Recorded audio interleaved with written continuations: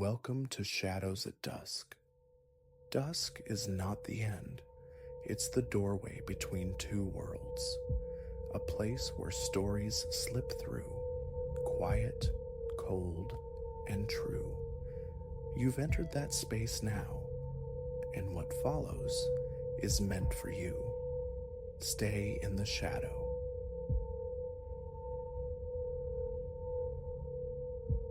This woodland possessed a sentience, a gaze I felt prickling the back of my neck. Abstract knowledge, always, until that moment, hemmed in by ancient timber and a silence thick enough to choke on. Then it became bone-deep certainty. Something watched, and it bore no resemblance to the familiar fauna of countless prior treks. This felt alien. This felt wrong. Silas Thorne is my name. 35 years I've lived, much of it spent tracing contours on maps and then on foot. From the spine of the Appalachians to the Pacific crest's long sigh, I'd courted wilderness. Yet nothing had schooled me for the encounter lurking in the Cascade Range's deep folds that particular autumn. It began as expected, a solitary 3-day immersion, a chance to field test the gossamer light gear I'd painstakingly assembled. The air, crisp and luminous, carried only the faintest premonition of winter. Day 1 unfolded seamlessly, my pace exceeding projections. Dusk found me in a welcoming dell, erecting my shelter. That night, cocooned in nylon, serenaded by the forest's familiar nocturnal symphony, tranquility was absolute. Day 2 brought the shift. Breaking camp under a canopy still dripping with dawn mist, I pressed onward. The path inclined sharply, burrowing into ever thicker groves where trees were the gravitas of ages. Their colossal boles, swathed in emerald moss, reared skyward, limbs contorting into shapes unsettlingly anthropomorphic. Midday delivered the first anomaly, markings. Initially dismissed as peculiar grain on an elder trunk, closer inspection revealed deliberate incision, intricate sigils carved with such recent violence that resin still wept from the wounds. A frown creased my brow. Vandalism, a trail irritant, yes, but this felt different. These weren't crude initials or spray-painted tags. They possessed a complex glyphic quality, an unknown script whispering from the bark. I captured an image with my phone, unease stirring. Further ascent revealed more symbols, scattered erratically, invariably favoring the most venerable, titanic trees. Each discovery amplified the disquiet. Whose hand? To what purpose? Late afternoon found me adrift. Obsessed by the cryptic carvings, I'd neglected the subtle language of the trail. Now, seeking familiar blazes, I found none. My map and compass offered no solace. The needle performed a lazy, indifferent pirouette, refusing magnetic north. I wrapped the casing, shook it, futile gestures. A cold tendril of fear tightened in my gut. Never before had my compass betrayed me. My phone, predictably, displayed only impotent bars, no service. Light bled from the sky, shadows stretching into predatory forms. Shelter for the night was imperative. Tomorrow, I reasoned, backtracking would yield the lost path. Choosing a direction that felt intuitively right, I pushed forward. And that's when the silence descended. Not quiet, but silence. An absolute void where birdsong and the rustle of unseen life should have been. Even the wind seemed to hold its breath.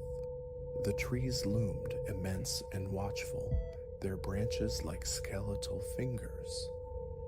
Sporadically, the strange sigils flickered at the periphery of my vision. Just as resignation urged me to make camp on the spot, I broke through into a small clearing. Dominating its center stood a behemoth, the most colossal tree yet encountered. Its bark was a tapestry of the symbols, denser, more intricate than any previous sighting. Yet it wasn't the carvings that arrested my breath, that froze me mid-stride. It was the door. Embedded within the living wood, a portal, ornately carved with the very sigils that had haunted my ascent. It radiated antiquity, its timber weathered, stained by time, yet undeniably, impossibly, a door. Hesitantly, I approached, my pulse a frantic drum against my ribs. This defied reality. Doors did not manifest in wilderness trees. Reaching out, I braced for illusion, for my hand to phase through. Solid wood met my touch. Real. What impulse seized me then?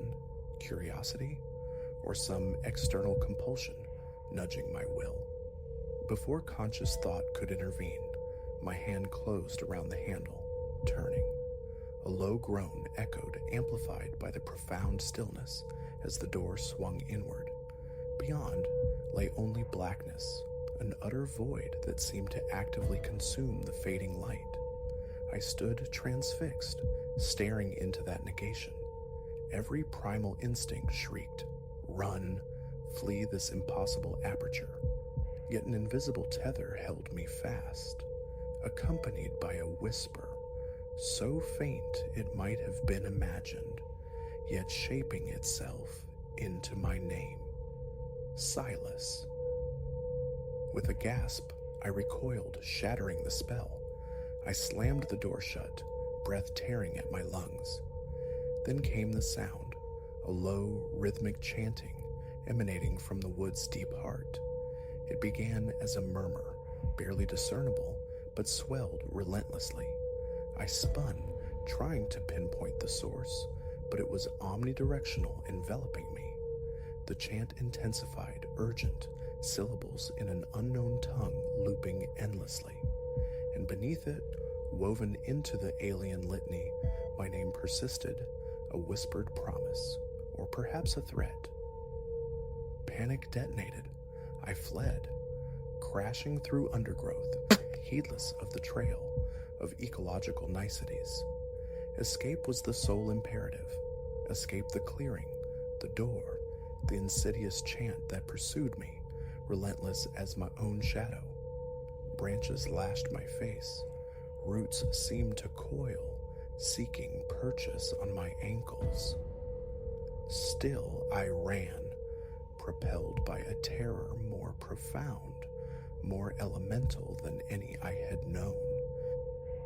Time dissolved in that lightless, labyrinthine forest. Eventually, muscles screaming, lungs burning, I collapsed.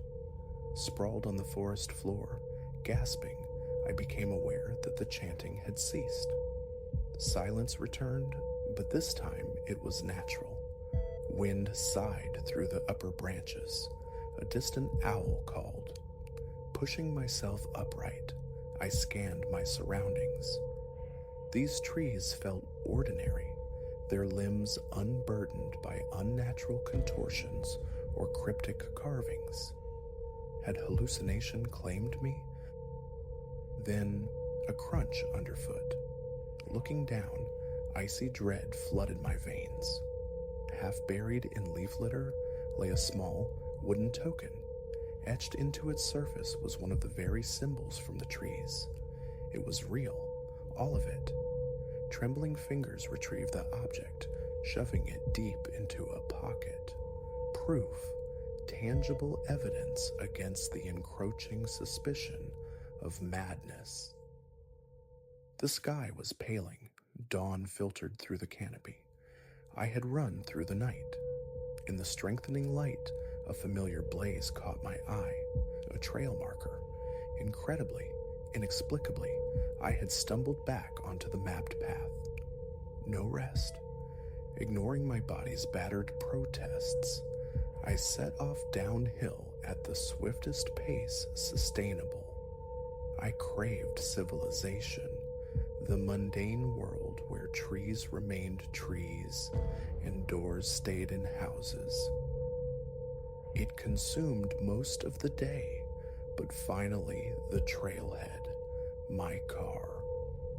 Driving away, hands unsteady on the wheel, I couldn't dislodge the sensation of having grazed something ancient, perilous, something not intended for human witness. A week has passed back in the familiar world. Research into the symbols yields nothing. Linguists and historians offer only polite bafflement. The wooden token rests on my desk, a stark rebuttal to any attempt to rationalize the experience. Yet sometimes, in the deep quiet of night, I hear it, that sibilant whisper of my name, and dreams return me to that clearing, to the impossible door, eternally ajar, waiting. Logic dictates I forget, file it under inexplicable phenomena, move on, but the mystery gnaws. What resides beyond that threshold, sus? A deep, barely acknowledged part of me knows the return is inevitable. The forest calls, a siren song from the sylvan depths. Because I sense I left something vital behind in those woods, more essential than any piece of gear, a fragment of myself. And the forest, I suspect, will not be content until I come back to reclaim it.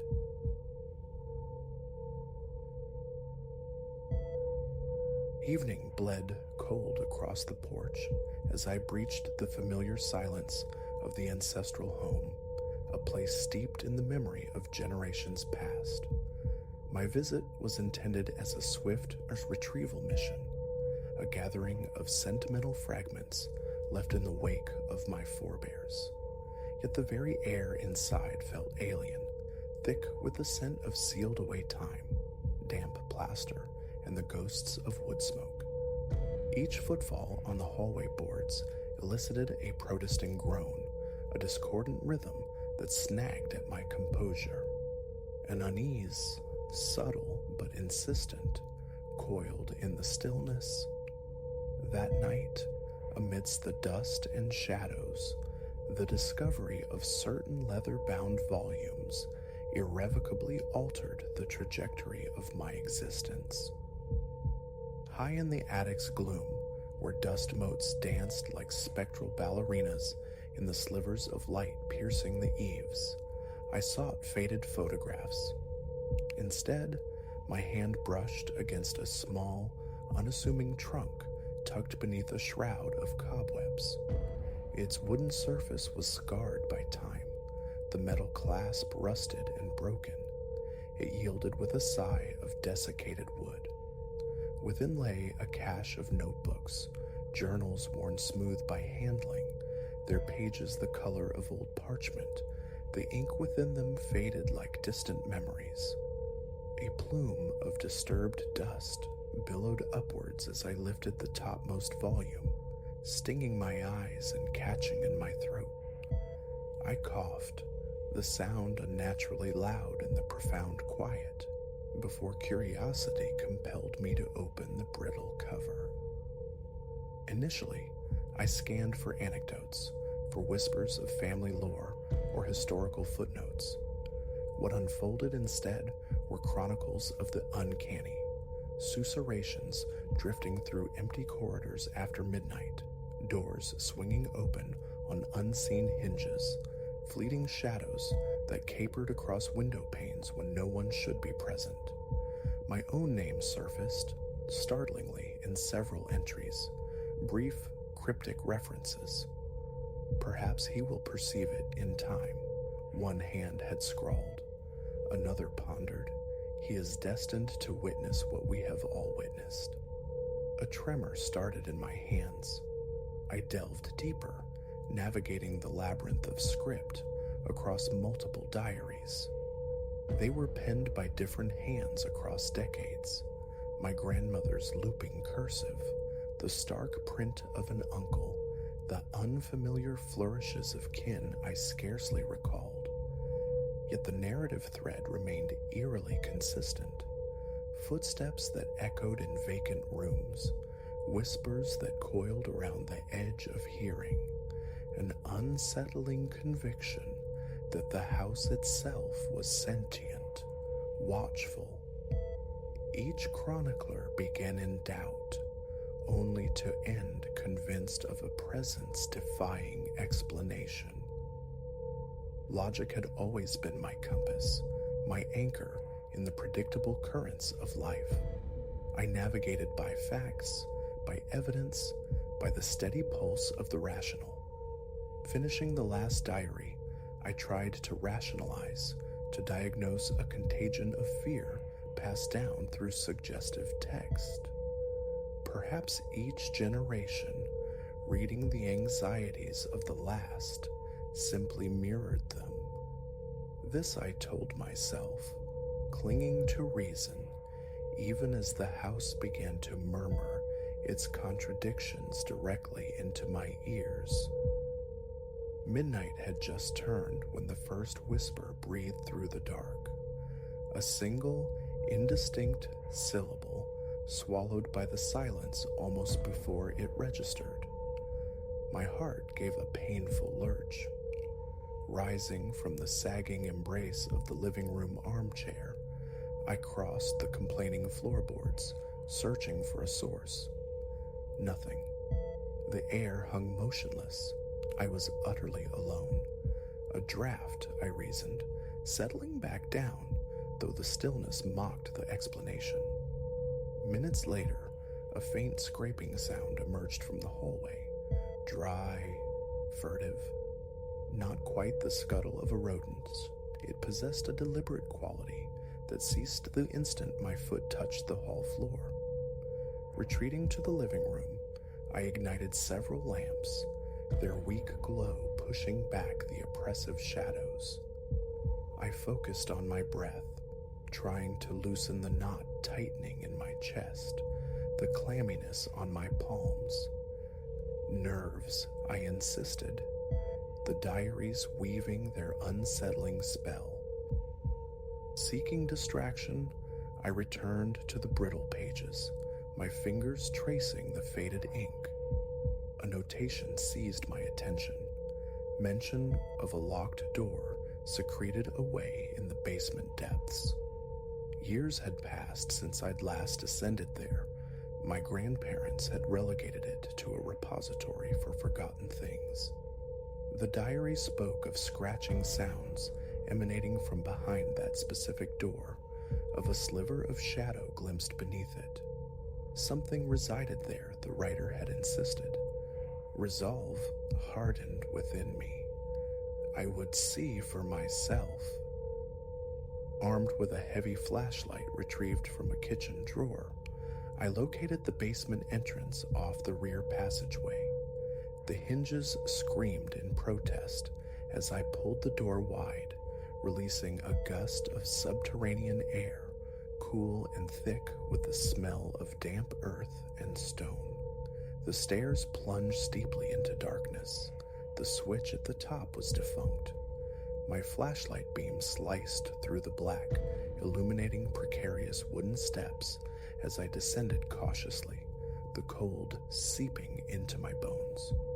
Below, the concrete floor was littered with crates and the skeletal frame of an old workbench. Cobwebs draped the corners like macabre decorations. Dust swirled in the cone of light. Then I saw it, tucked into the far left corner, another door, visibly older than its surroundings, its paint cracked and peeling, the wood splintered near the base. Affixed to a heavy latch was a stout metal padlock glinting dully, the locked door from the Chronicles. Drawing closer, I felt a distinct draft curl around the doorframe's edges.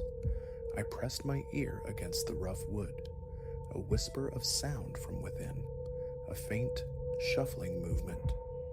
I remained motionless, staring, my throat constricting, my hands beginning to shake again. Adrenaline surged, screaming for retreat, yet a powerful curiosity pinned me to the spot.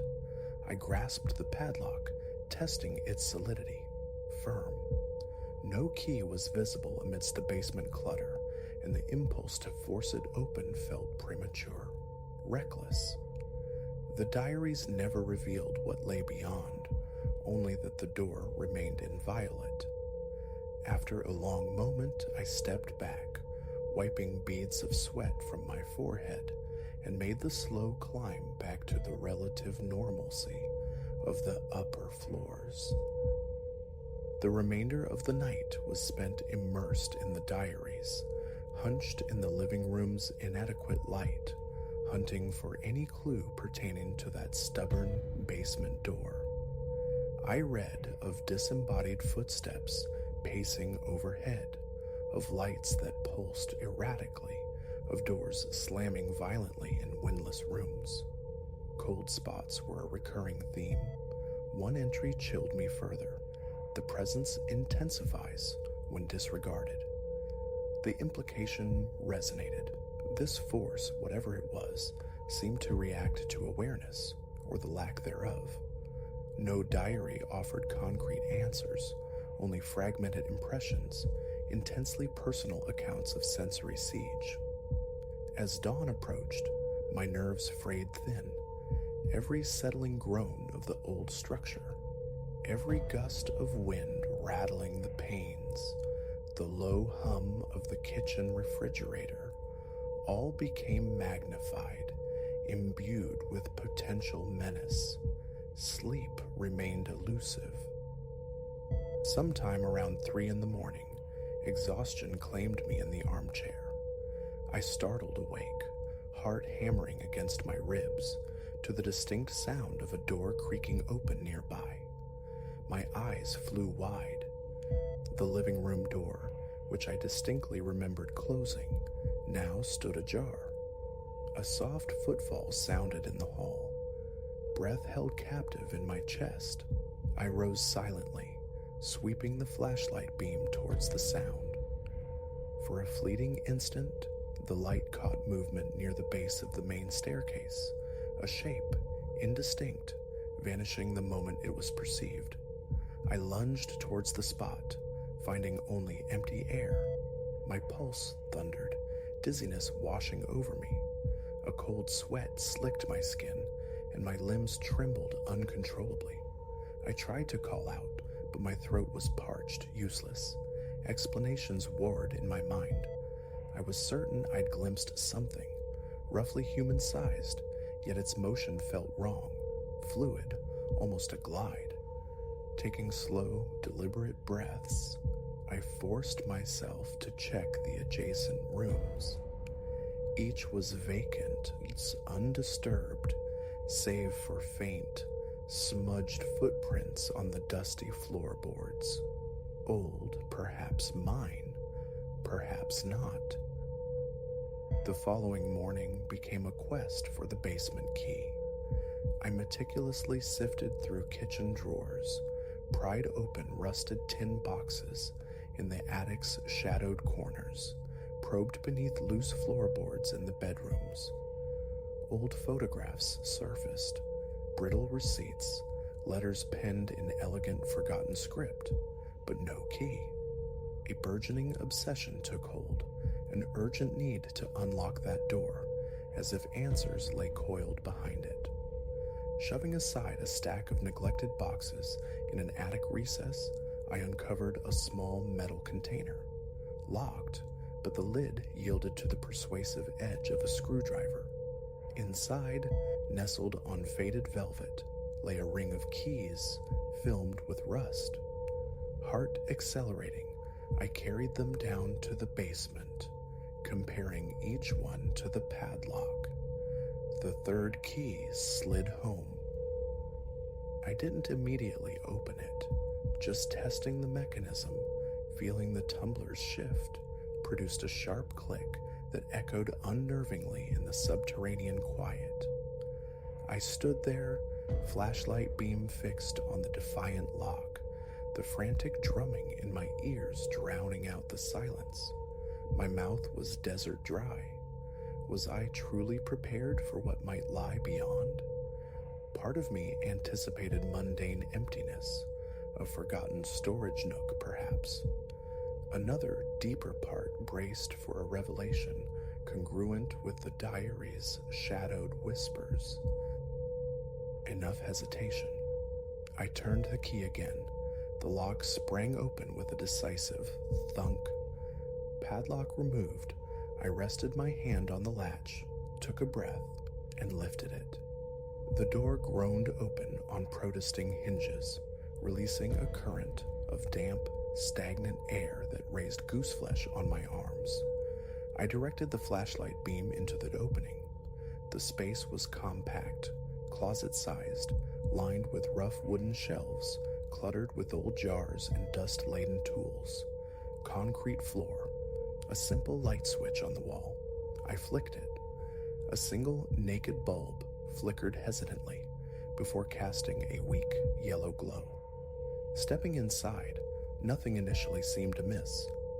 Then my gaze fell upon a peculiar stain marring the back wall, dark, irregular, suggestive of water damage, yet oddly formed. As I moved closer, the temperature plummeted abruptly. My breath plumed white in the small space. Simultaneously, a scraping sound resonated from directly above. My head snapped up. Only exposed ceiling beams met my eyes. Without warning, the door slammed shut behind me with concussive force. The bulb overhead flickered violently. I lunged for the knob, twisting, pulling. It wouldn't budge, feeling solidly held from the other side. Panic surged, hot and suffocating. My breathing grew ragged. I shouted, my voice swallowed by the confined space. After several frantic attempts, the door suddenly yielded, sending me stumbling backward into the wider basement. It swung freely now, revealing nothing. The latch wasn't engaged. There was no logical reason for it to have stuck. Scrambling up the stairs, legs trembling, I knew the diaries hadn't lied. The inexplicable forces they chronicled were not mere figments. Clutching the journals once more, I devoured further entries. One described an oppressive sensation of being watched. Another detailed an overwhelming chill encountered near that very same basement door. I was tracing their footsteps, reliving their experiences with unnerving fidelity. For several more days, I remained, driven by a compulsion to understand. Afternoons were spent mapping the house's anatomy, searching for hidden cavities, loose panels, acoustic tricks engineered by vents or drafts. I ran my hands along hallway walls, pressed my ear to their cool surfaces, tapped, listening for hollow replies. Nothing conclusive emerged. By daylight, the house maintained a facade of normalcy, punctuated only by cold pockets of air and the occasional phantom tread in a distant room. Nightfall invariably brought a resurgence of tension. Soft thuds resonated within the walls, whispers curled at the edges of perception. My senses remained perpetually on high alert, my heart leaping at every creak. A persistent sweat beaded my skin despite the ambient cool. My stomach clenched, appetite dwindled. I existed in a state of fraught anticipation, yearning for a definitive glimpse of the house's unseen occupant. I set up a camera, attempted audio recordings, desperate for tangible proof. The results were mundane, static, the normal groans of an aging structure settling into the earth. One evening, ensconced in the living room armchair, I read from my grandfather's diary. He described sitting in this exact chair, feeling an undeniable presence materialize behind him, the weight of invisible hands pressing down on his shoulders. As I read those words, a feather-light touch brushed the nape of my neck. I jolted upright, spinning, flashlight beam cutting through the dimness. Empty air, yet the spot where I'd stood felt distinctly colder. The hairs on my arms prickled. A shiver traced my spine. Twice that night, I was wrenched from shallow sleep by the sound of footsteps traversing the upstairs hall. Each time, I flung myself from bed, only to find the corridor deserted.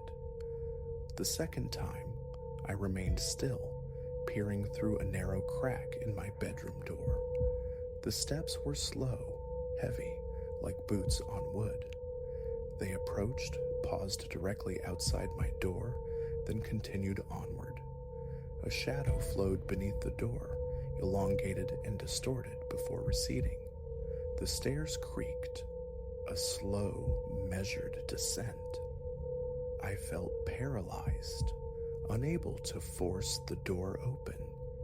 My pulse hammered, a frantic drum against the silence.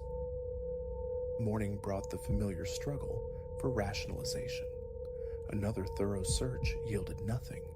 No signs of forced entry, nothing missing or disturbed. Doors and windows remained securely locked. Outside, the ground showed no fresh prints. I began documenting my own experiences in a blank notebook, my hand shaking as I tried to capture the elusive shape glimpsed in the hall. Each entry felt like adding another link to a chain forged across generations, echoing the fear and uncertainty of those who came before. On my final night, I sat on the edge of the bed, the door open, gazing into the brightly lit hallway. Keeping all the lights burning offered scant comfort, yet it felt marginally better than succumbing to the darkness. Near midnight, a shuffling sound emanated from behind the wall beside me, close, intimate, like a dry hand sliding across plaster. Rising, I pressed my ear to the wallpaper. A single, soft tap answered from within. Tentatively, I knocked back. Silence ensued. My chest tightened, my hands trembled anew. Swallowing hard, I retreated from the wall. Later, a low whisper seemed to coalesce near the window. Moving towards it, flashlight leading the way, I perceived a flicker of form by the heavy curtains. It shifted, then dissolved. My heart seized. Breathing became a conscious effort. Forcing myself forward, I ripped the curtains aside. Nothing. Only my own reflection stared back from the dark glass, pale, wide-eyed, hair plastered to my forehead with sweat. The realization struck with chilling clarity. I couldn't endure much more of this. The next morning, I gathered the diaries, their weight both physical and psychic, and prepared to leave. Pausing at the threshold, I listened one last time. In the clarity of daylight, the house seemed deceptively placid. The floorboards were silent. No whispers stirred the air. The oppressive atmosphere felt muted, but I recognized the calm as a veneer, the underlying tension merely dormant, coiled within the quiet. Locking the door behind me, I drove away, my mind a chaotic landscape of unanswered questions. The diaries were irrefutable evidence. Generations of my family, dwelling within these same walls, had encountered the same spectral phenomena. The footsteps, the shadows, the voices. Those volumes now reside with me, far removed from the brooding presence of the house.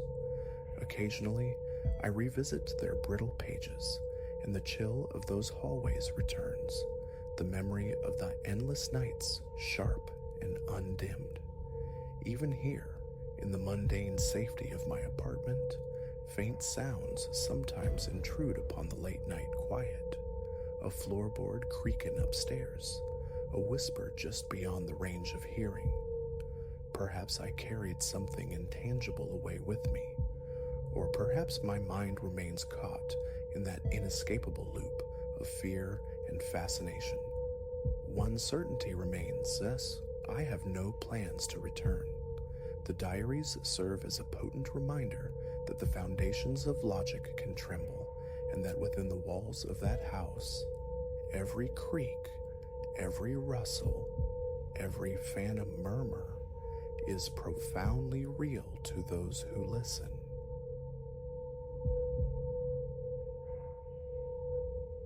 My feet have always felt planted firmly on the ground. Illusions hold no sway, and I'm not one to hunt for portents in the mundane rhythm of existence. Yet the phenomena unfolding within the confines of my home study defy such pragmatism. An old wingback chair resides there, a relic passed down from my father. Of late, whenever I settle into its depths, it emits these exhalations, soft, distinct sighs. Not mine. My own breath is a known quantity. These feel sourced from elsewhere, an unseen companion sharing the worn leather. It's an odd thought. The sensation is odder still. I've experimented, springing up abruptly, only to swear I feel the phantom pressure of hands detaining me, just for an instant. That, however, isn't the crux of the strangeness. The truly unsettling event occurred when I deliberately left the wingback angled towards the wall. Upon returning, it stood repositioned, squarely facing my desk once more. The house was empty, sealed. No rational physics accounts for its migration. This, then, is the chronicle of these occurrences. I commit this to paper or screen, primarily to impose order on the chaos in my head. Perhaps itemizing each incident will illuminate some hidden logic, some overlooked detail, and perhaps rendering it in stark language will diminish its power, strip away the eerie film it casts over everything. As it stands, I feel trapped within a narrative too bizarre to voice without inviting skepticism or concern. But the genesis was roughly a month past. That wingback chair is woven into the fabric of my memory. It occupied a corner of my father's study throughout my childhood. Following his passing, it became mine, finding a similar niche in my own workspace. Initially, it was merely a comfortable repository for reading or quiet contemplation, imbued with faint echoes of him. Its condition is far from pristine. The leather bears a cartographer's map of cracks, and its wooden legs protest with a groan if I lean back too enthusiastically. Yet its familiarity, its steadfast ability to bear my weight without undue complaint, endeared it to me. For years, it was simply furniture, utilitarian and unassuming. Then, a month ago, the subtle shifts began. I was immersed in a sheaf of news clippings, seated in the wingback, when I registered the first faint sigh. My immediate assumption, an unconscious release of breath. But a dissonance registered. The sound profile wasn't mine. It possessed a softer timbre, almost a whisper.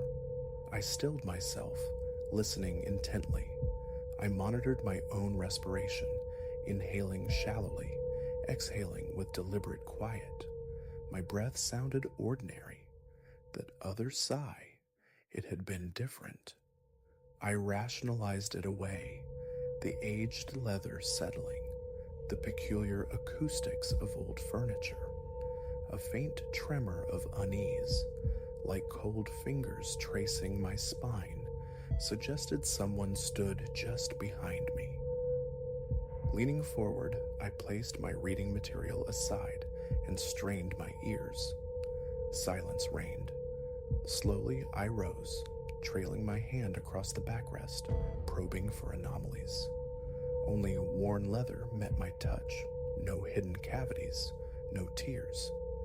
I circled the chair, scrutinizing it from every angle, nothing amiss. I pressed down on the cushion, attempting to replicate the sigh. A standard creak resulted, nothing more. It had to be my imagination, I concluded, even managing a brittle laugh. I retreated to the kitchen for water. Days later, the sighs grew more assertive, more frequent. Settling in to review emails or compose a document, minutes would pass before I'd hear it. A soft, low, protracted exhalation. Each instance felt sourced from directly behind me, or perhaps from within the chair's very core. Occasionally, a subtle vibration accompanied the sound, a faint tremor against my back, as if the stuffing shifted minutely. I tried adjusting my posture, testing if my movements triggered some flex in the frame, but the sighs adhered to their own inscrutable rhythm, independent of my stillness or motion. A genuine disquiet began to root itself. My study is compact: desk, computer, bookshelves, the wingback angled nearby. Light filters through a single window. The usual tranquility of the space felt fractured, contaminated by these intrusive breaths. I found myself perching on the chair's edge, muscles coiled, perpetually braced for the next sigh, a posture that only amplified my anxiety. One morning, resolved to ignore the phenomenon, I sat to tackle paperwork, mentally chanting reassurances about settling furniture. Then it came, clearer, louder than before. Not a fleeting noise, but a long, almost luxurious sigh, the kind one might release, sinking into profound comfort. My skin prickled. I froze. Instinctively, I tried to rise, but for a half second, movement was impossible. It felt precisely like two hands clamped onto my shoulders, pressing me firmly down. My heart hammered against my ribs. A chill radiated through my arms. Then, as abruptly as it began, the pressure vanished. I surged upward, nearly tripping over the ottoman. The room was empty. Door closed, window latched. My gaze swept the familiar space, seeking something, but only my ordinary office returned my stare. The experience left me profoundly shaken. Calm down, I instructed myself. Perhaps a stress-induced muscle spasm, plausible if unlikely. I paced the room, attempting to regulate my breathing, but the memory of that pressure lingered, its specificity, its perceived warmth, disturbingly akin to actual hands. It shadowed my thoughts for the remainder of the day. Over the ensuing weeks, the incidents persisted. Brief moments in the chair would elicit a sigh.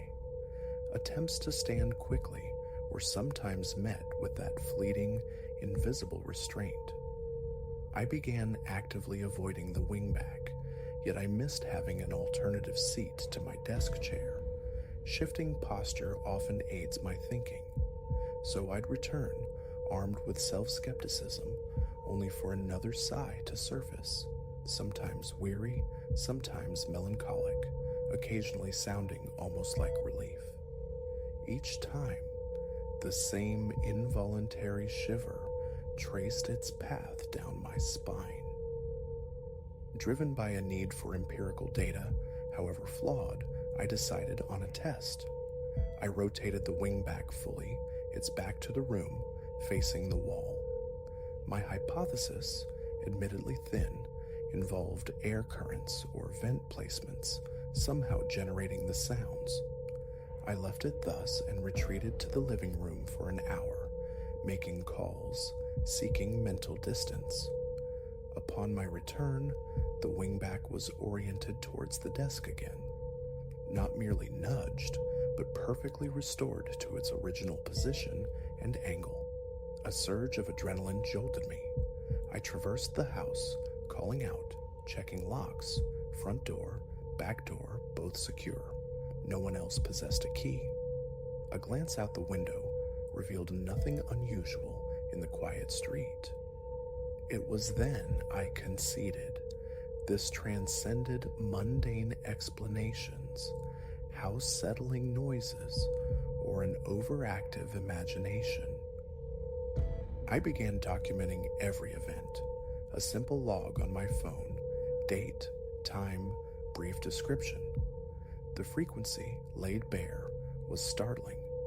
Sighs occurred almost daily. The invisible hands manifested sporadically. One afternoon, I discovered the chair displaced by a foot from its usual spot. Ambiguity clouded this instance. Perhaps I'd inadvertently bumped it earlier. Nevertheless, it joined the log. My baseline anxiety escalated. Entering the study became an act requiring conscious effort. Yet the thought of discarding the chair felt like a betrayal. It was my father's, a tangible link to him, a piece of familial history. Disposing of it seemed unthinkable, so I approached it like a puzzle, seeking a physical cause. I upended the chair, examining the legs, securely attached, unremarkable. I scrutinized the underside fabric, worn, yes, but intact. No signs of infestation, no hidden mechanisms. A flashlight beam probed the interior darkness, revealing only dust motes dancing in the light and the sturdy wooden frame. The notion of confiding in someone flickered. My friend, Leo, has a penchant for the esoteric, dabbles in ghost lore, but reluctance held me back. The fear of dismissal, of being perceived as unstable or overwrought, was potent. A deeper, more superstitious fear whispered that acknowledging it openly, inviting external scrutiny, might somehow amplify the phenomenon. Silence felt safer. Each night I closed the study door, consciously trying to banish the wingback from my thoughts. Then came an incident that shattered my attempts at passive coexistence. Working late one evening, seated in the chair, the familiar sigh emerged. Quiet, yet prolonged, resonant with profound release. I remained motionless. Suddenly, the entire chair gave a distinct jolt, as if an occupant within had shifted weight significantly. The cushion beneath me compressed slightly. The chilling sensation returned, prickling across my shoulders. My hand trembled uncontrollably. I fought for steady breaths, my pulse thundering in my ears. Bracing myself, I stood. This time, no phantom hands restrained me. I snatched my phone and fled the room, locking the door behind me. A futile gesture in an empty house, yet instinctively necessary. Sleep that night was fragmented, haunted by imagined creaks and phantom movements from the adjacent room. I kept my bedroom door firmly shut, straining my hearing in the darkness. Morning arrived as a relief. Steeling myself, I went directly to the study. The wingback sat exactly as I'd left it, facing the desk, appearing utterly innocuous. Yet its mere presence radiated a palpable tension, tightening a knot in my stomach. I spent the day cycling through rationalizations. Was I experiencing some form of breakdown? Could there be an obscure mechanical fault? I deliberately used other chairs, observing hypervigilantly. Nothing. My desk chair remained stubbornly inanimate. Only the wingback exhibited this peculiar life. I dredged my memories, searching for any anecdote from my father about the chair behaving oddly. None surfaced. All I recalled was his declaration of it being his favorite refuge, the place he unwound after work. Now, crossing the threshold into my study induces an immediate sense of unease. The air near the chair feels denser, charged. My eyes are drawn to it constantly, half expecting to witness it move. Sometimes I linger in the doorway, a silent observer, hoping to catch it in the act. It never obliges while watched. Its animation seems reserved for moments of inattention or when I physically engage with it. My attempt to capture evidence via video proved fruitless. I positioned my phone on a bookshelf, lens trained on the wingback, and recorded for hours while I was elsewhere. The playback revealed nothing, no movement, no audible sighs, though the phone's microphone quality was admittedly limited. Yet the very next time I sat down, another sigh greeted me. It felt almost responsive, personal, uncapturable. The path forward remains obscure. Logic dictates disposal, but sentimentality binds me to it. It was my father's.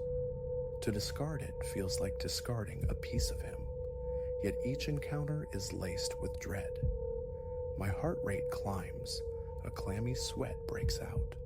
The memory of hands on my shoulders persists, sometimes feeling strangely comforting, a gentle anchor, other times unnervingly firm, pinning me down. I've reached an uneasy truce, limiting my time in its embrace. If necessity dictates I sit there, I keep the duration brief. The sighs persist. I hear them, feel the familiar chill cascade through my limbs.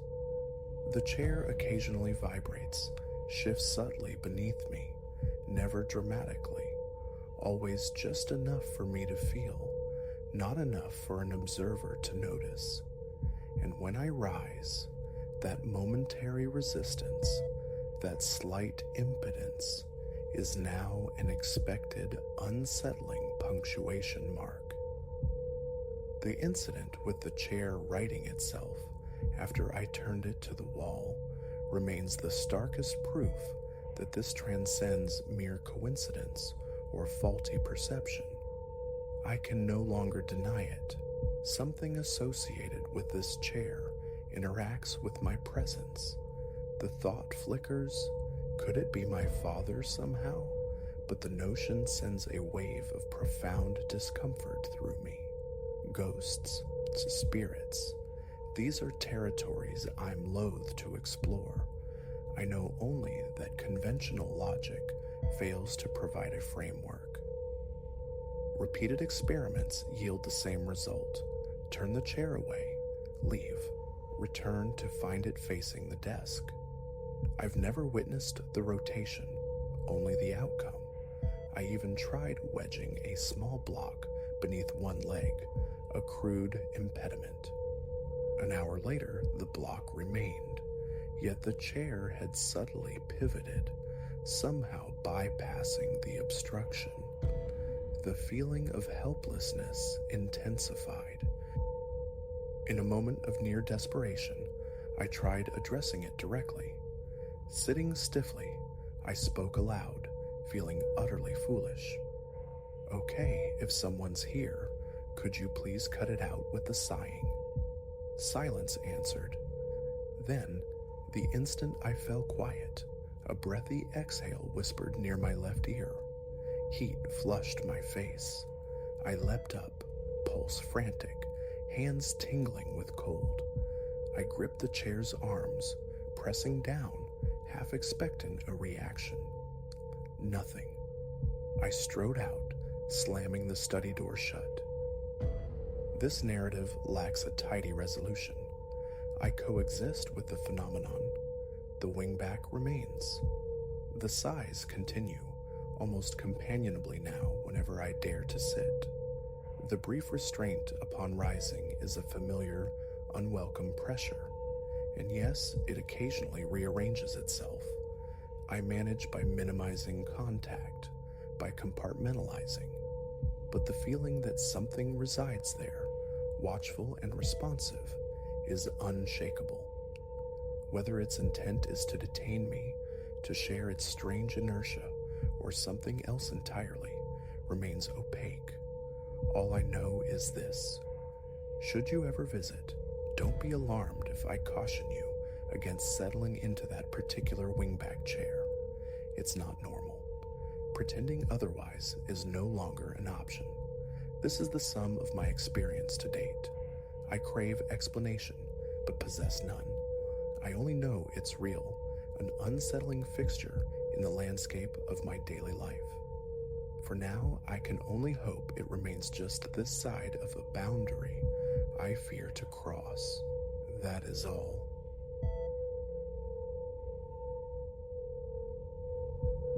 Midnight found Elias before the threshold of the forsaken ballroom.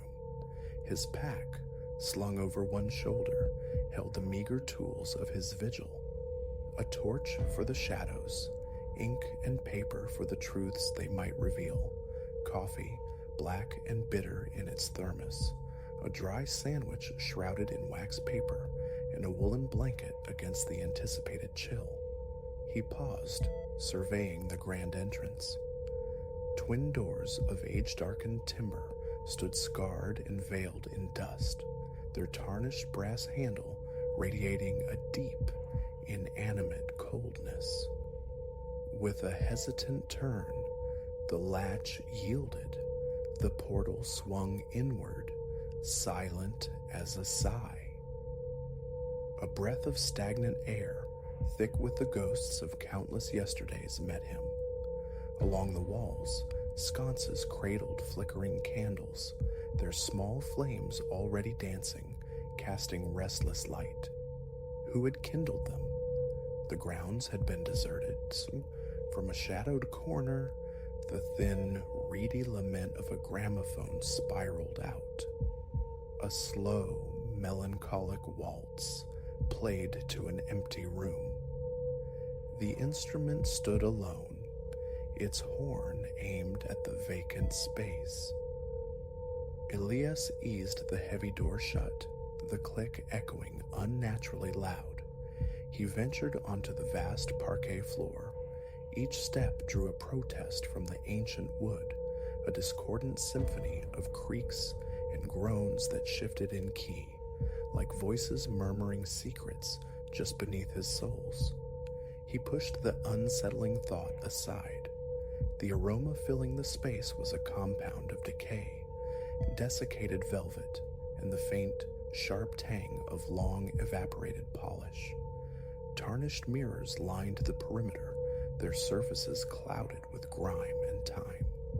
Within their depths, Elias saw not just his own solitary form, but other shapes gliding where none should be. Standing motionless, he watched phantom couples waltz in the silvered glass, spectral partners turning in languid circles. They floated, feet never gracing the floorboards, suspended inches above the wood.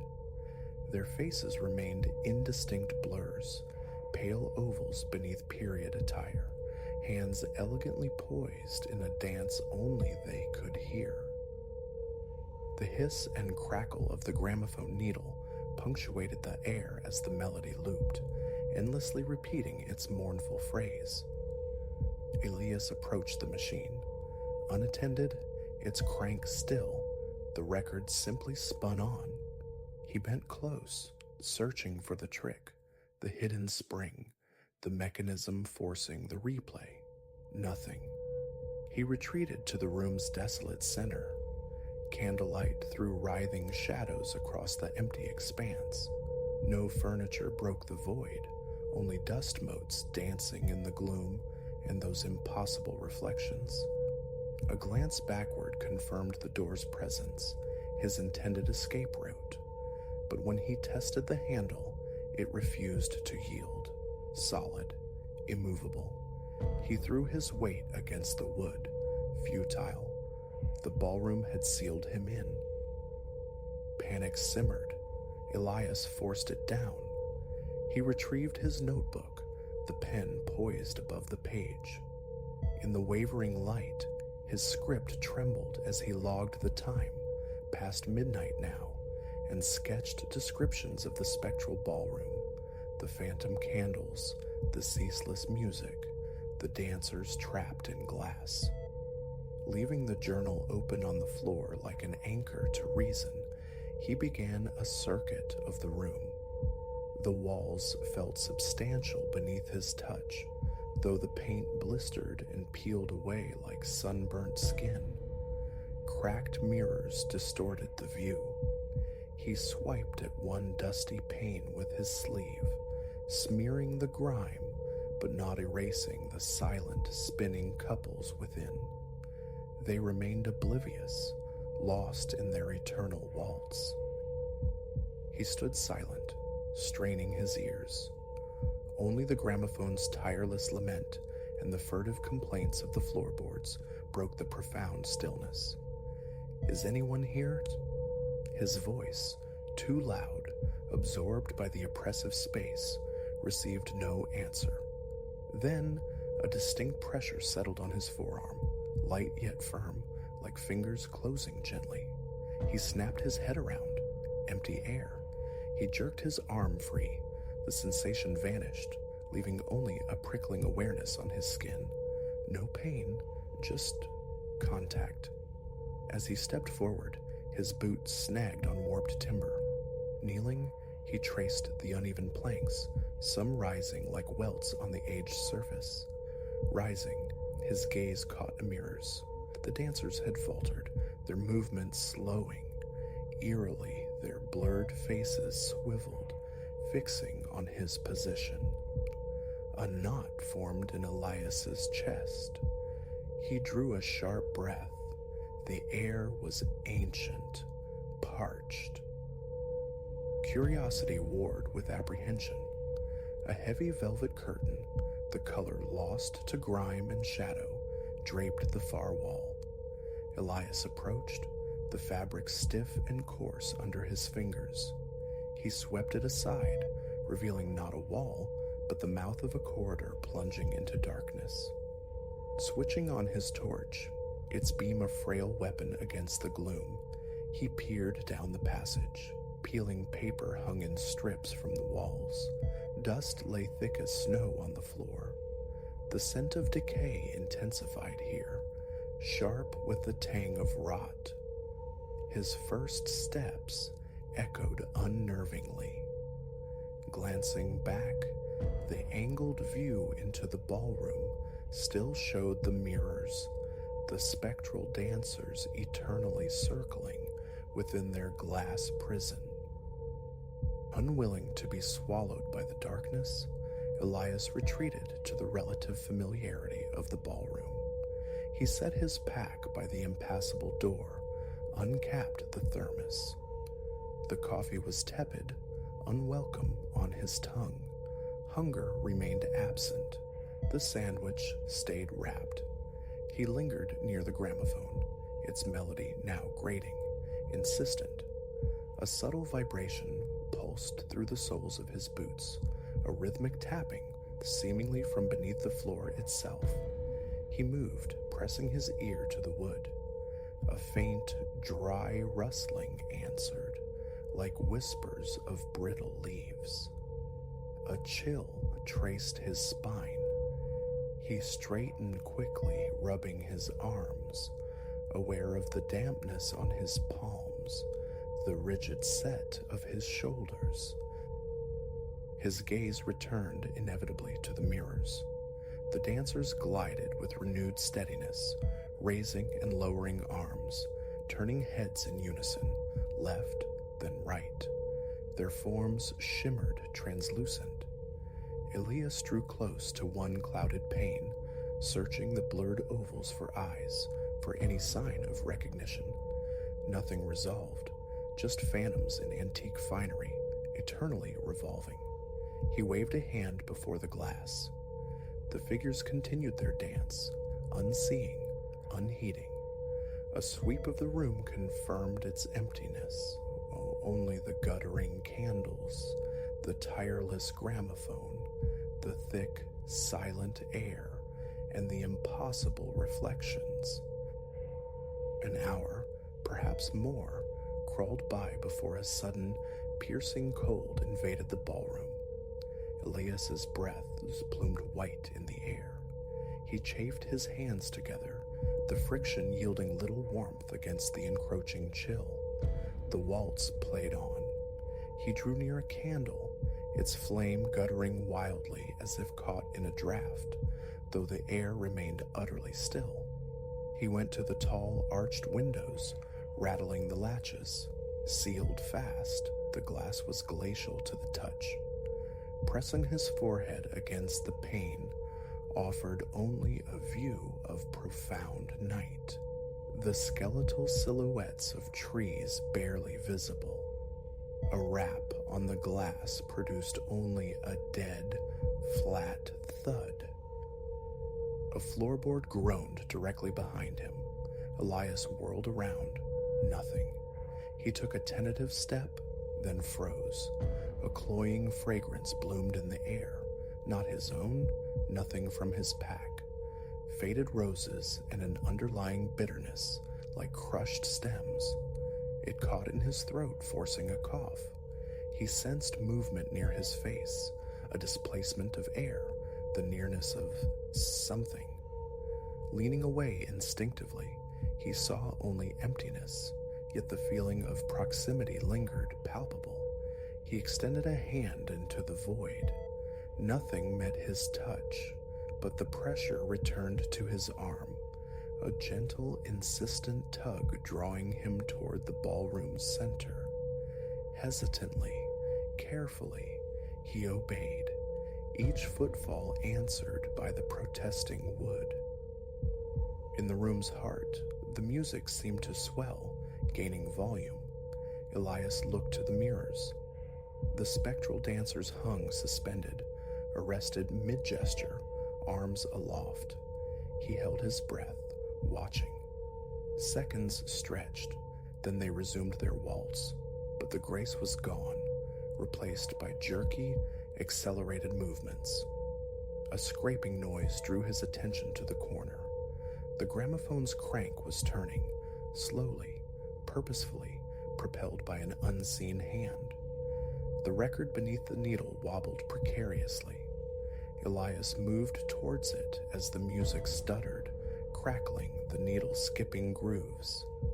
A light tap to the casing made the needle jump. Silence, briefly, then the familiar, relentless melody resumed. Kneeling, he searched for any hidden mechanism, any explanation.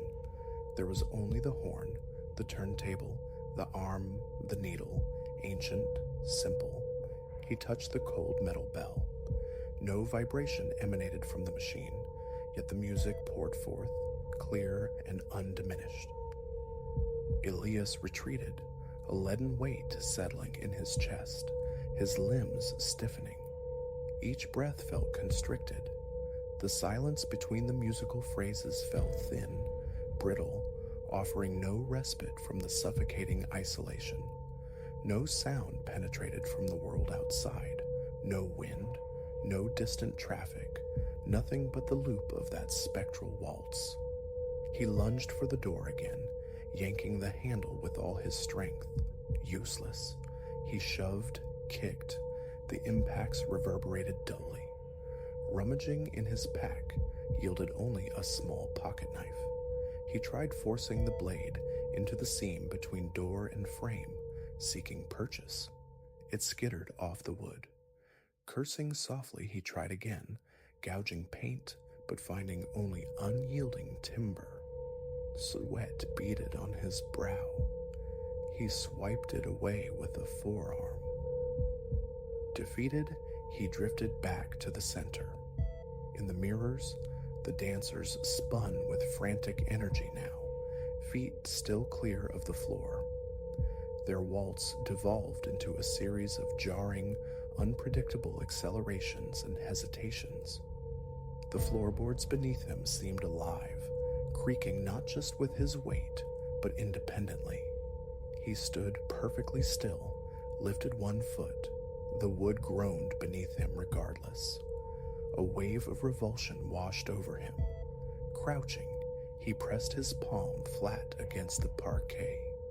Solid, yes, but threaded with that same faint, deep vibration, as if the very foundations were stirring. Elias rose, retrieved his notebook once more.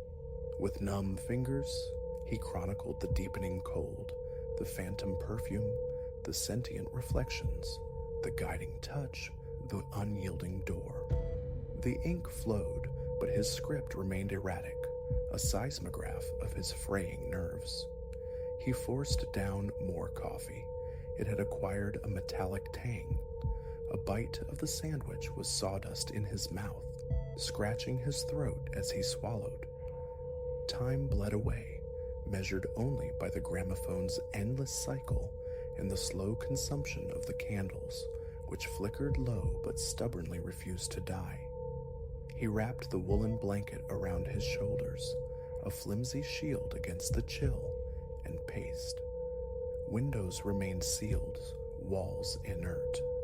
Pressing his ear to cracks yielded only ambiguous rustlings, perhaps imagined footsteps in distant corridors. Fatigue pressed down, heavy on his eyelids, aching in his spine. He fought it, stretching, moving, refusing to succumb in this place. Eternity seemed to pass before a subtle shift occurred. The candlelight waned, not extinguishing but paling, as if conceding to a rival brilliance. Through the high windows, the impenetrable blackness softened, edged with the faintest gray. The gramophone's waltz seemed to drag, the tempo slowing fractionally. In the mirrors, the dancers grew listless, their frantic energy dissipating, their forms drifting apart like smoke. Hope, fragile but insistent, propelled Elias to the door one last time. He reached for the handle, turned. A loud, metallic click shattered the quiet. He pulled. The heavy door swung open onto blessed, ordinary dawn. Cool, clean air rushed to meet him. He stepped across the threshold, gulping it down. The sky was lightening, revealing the stark shapes of trees against a pearlescent canvas. A final glance back. The ballroom lay steeped in gloom, candles guttering low, the music a fading whisper. From this angle, the mirrors reflected only empty space. Elias darted back inside, only long enough to retrieve his pack, his notebook, the thermos, the blanket. Possessions clutched tight. He gave the silent gramophone a wide berth and exited, pulling the door shut behind him. A reflexive try of the handle confirmed it. Locked fast once more. He backed away, filling his lungs with the dew-kissed air of the nascent morning. Relief flooded him, loosening the constriction in his chest, steadying his trembling legs. He surveyed the building's dilapidated facade, grimy sealed windows, paint curling from weathered wood. Silence. No music leaked out, no hint of the night's strange congress. Alone in the quiet dawn, he stood clutching his meager evidence. He swallowed, the sound loud in the stillness, then turned and walked away. No spectral figures pursued him. The phantom perfume had dissipated. The unseen hand had released its grip. Only a deep ache remained, lodged in his neck and shoulders. He walked steadily, thoughts replaying the locked door, the ceaseless waltz, the dancers adrift in their mirrored eternity. His grip tightened on the notebook. He kept walking, resolutely facing forward, leaving the ballroom and its secrets to the encroaching light.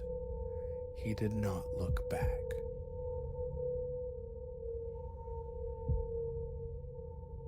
Tuesday delivered the heirloom, crated and ominous, my surname, Elias Thorne, stamped starkly against the raw timber. Within the dim confines of my living room, beneath the jaundiced glow of a single ceiling bulb, I pried it open, anticipating mere furniture. What greeted me instead was a tall looking glass framed in dark wood, its surface carved into a grotesque gallery of tormented faces. A knot tightened low in my gut.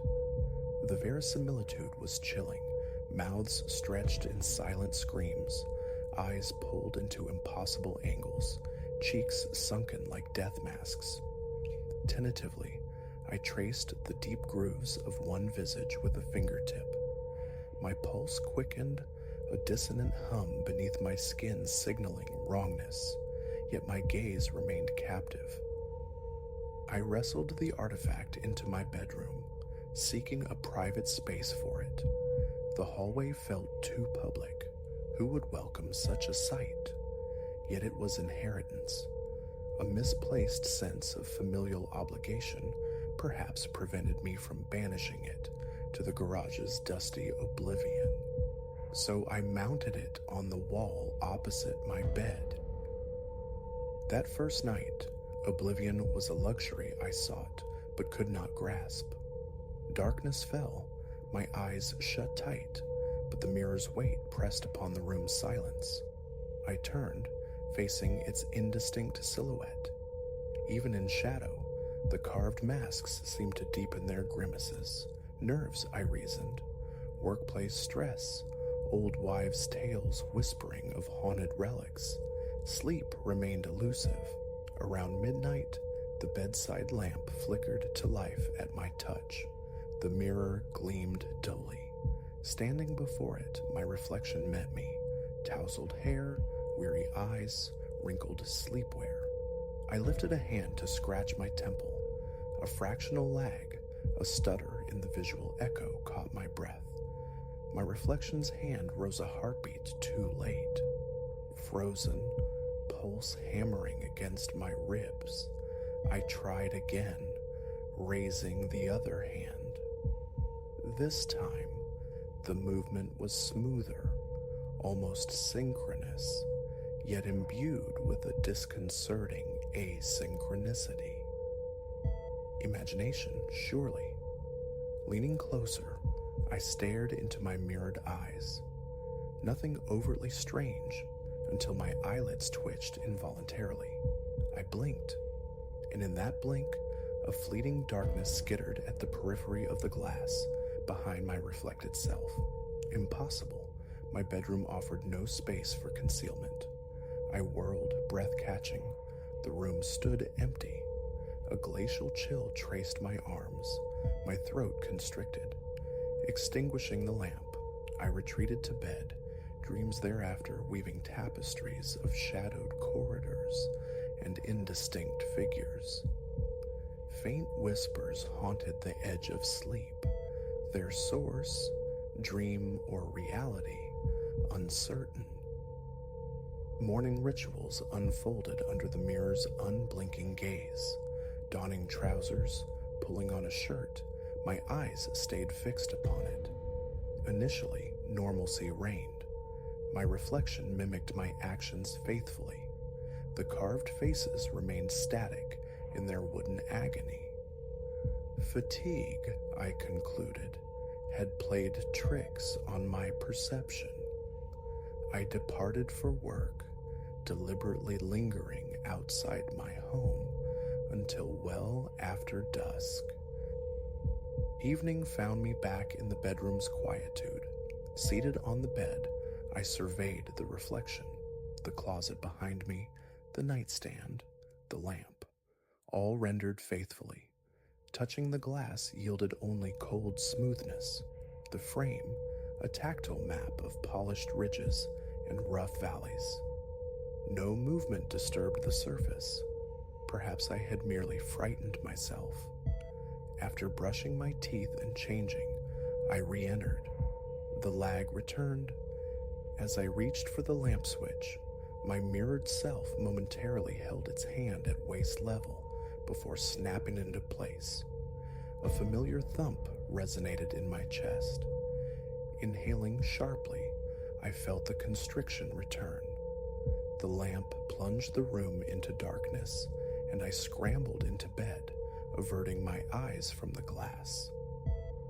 Lying supine, staring at the textured ceiling, the silence felt suffocating, punctuated only by the bed's protesting creaks with every slight shift. I fought to keep my eyes closed, but then a dry, chitinous skittering emanated from the room's corner. My stomach lurched. A cold sweat bloomed. The house settling? A branch scraping the window pane? No, the sound originated near the mirror. Reluctance warred with dread, but I turned my head. Filtered moonlight from the street lamp outside illuminated the glass. Something stirred behind the reflection of my bed. A nebulous form coalesced within the silvered depths, tall and indistinct, separate from the room's reflected reality. I lay paralyzed, breath shallow and ragged. The shape drifted sideways across the mirror's plane, then vanished. Scrambling from bed, I slammed the overhead light switch. My reflection stared back, momentarily synchronized. Then, its lips parted a fraction of a second after mine opened to gasp for air. The delay was undeniable, impossible to dismiss. Skin crawling, I fled the room, seeking refuge on the living room couch for the remainder of the night. Dawn brought a stiff neck and a heavy heart. Breakfast was a tasteless affair, my mind preoccupied. Escape to work felt imperative, yet a morbid compulsion drew me to the bedroom doorway. In daylight, it masqueraded as an antique, the grotesque faces its only overt anomaly. Cautiously, I entered. My reflection advanced in perfect time. A wave reciprocated. A jump mirrored precisely. Relief warred with suspicion. Pressing a hand to the glass yielded only cold, smooth indifference. Nothing. I fled to the office, immersing myself in work until late, pushing aside the foolish notion of leaving a light burning. An inanimate object, after all. Returning home that night, the bedroom felt unnaturally still. The nightstand lamp cast a lonely circle of light. From the bed, I watched the mirror, waiting. Silence stretched. Exhaustion gnawed at my frayed nerves. Eventually, sleep claimed me, the lamp still burning. Hours later, I surfaced into absolute darkness. The lamp was dead. My eyes adjusted slowly, blinking against the profound black. A peculiar scent hung in the air, old wood and decay, like disturbed earth. Had the bulb flickered before expiring? Reaching for the switch confirmed its failure. The house felt utterly silent, save for the frantic drumbeat in my ears. Then, a luminescence bloomed from the mirror. Not a reflection, but an internal phosphorescent glow concentrated at the glass's edges. Sitting bolt upright, I strained to see. Shapes materialized within the mirror's depths, divorced from my room's reality.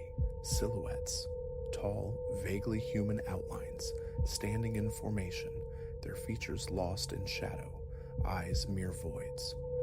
My heart hammered a frantic rhythm.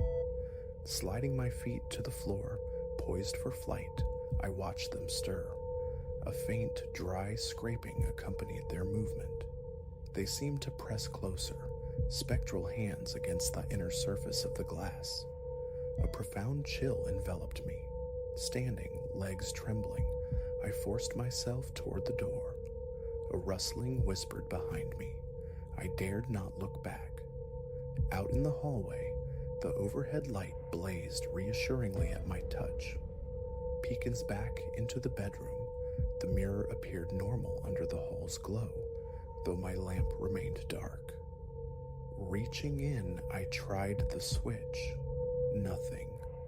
A spare bulb from the kitchen restored its function. Sleep was impossible.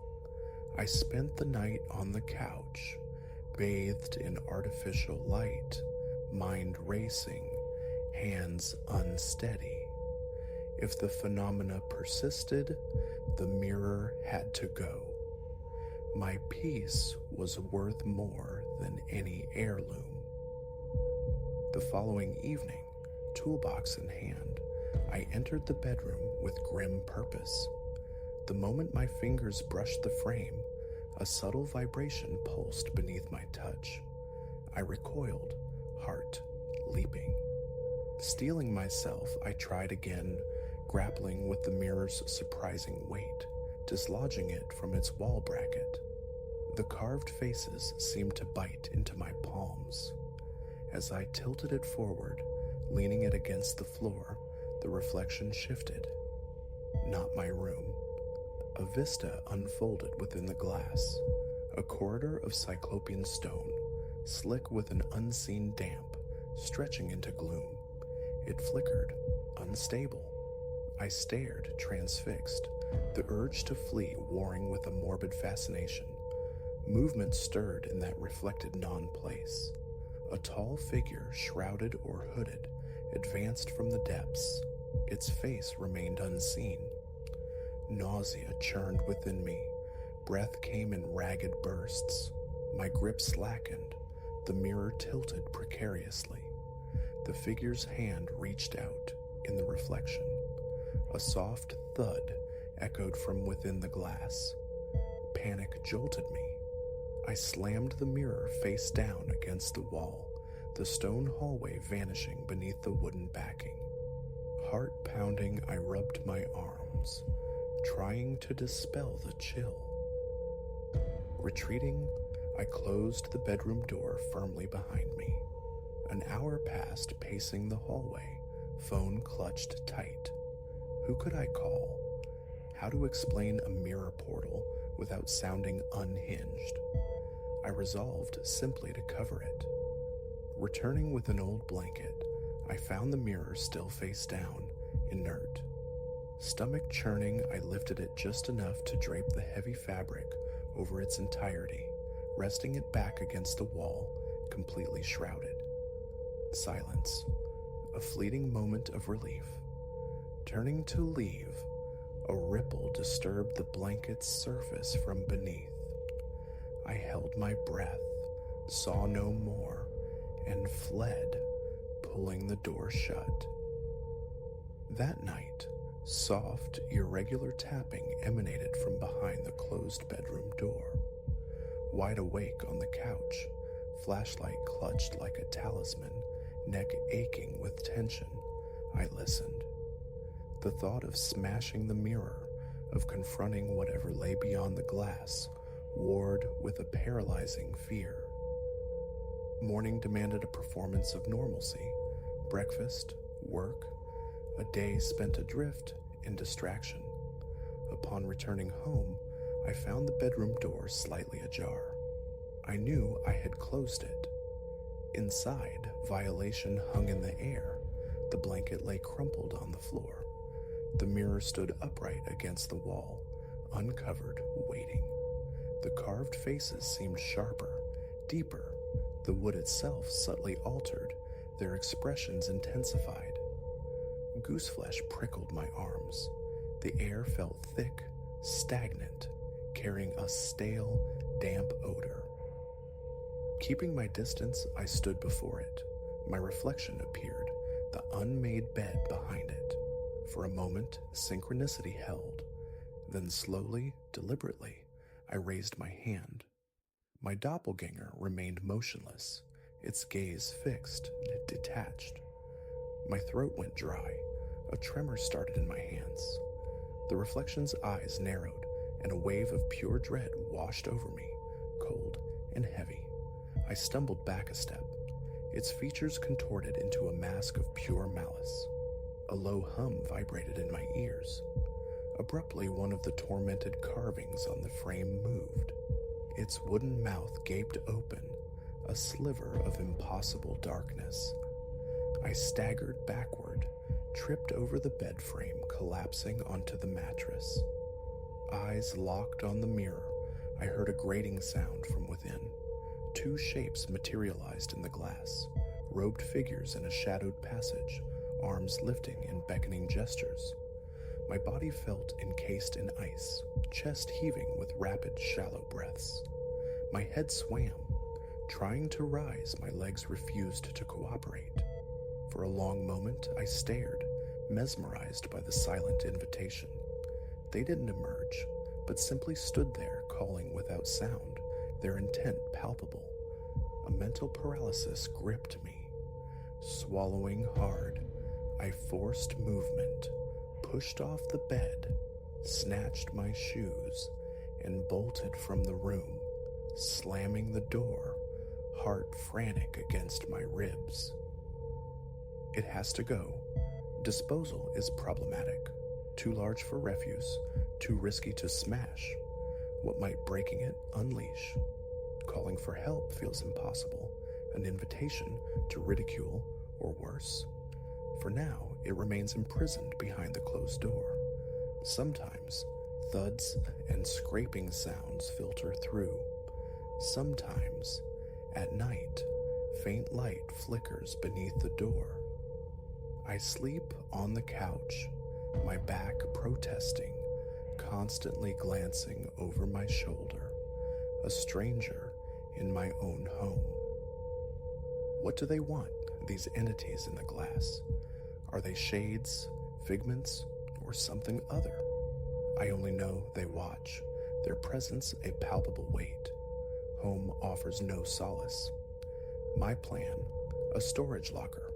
I'll swaddle the mirror in layers of old fabric, bind it tight with rope.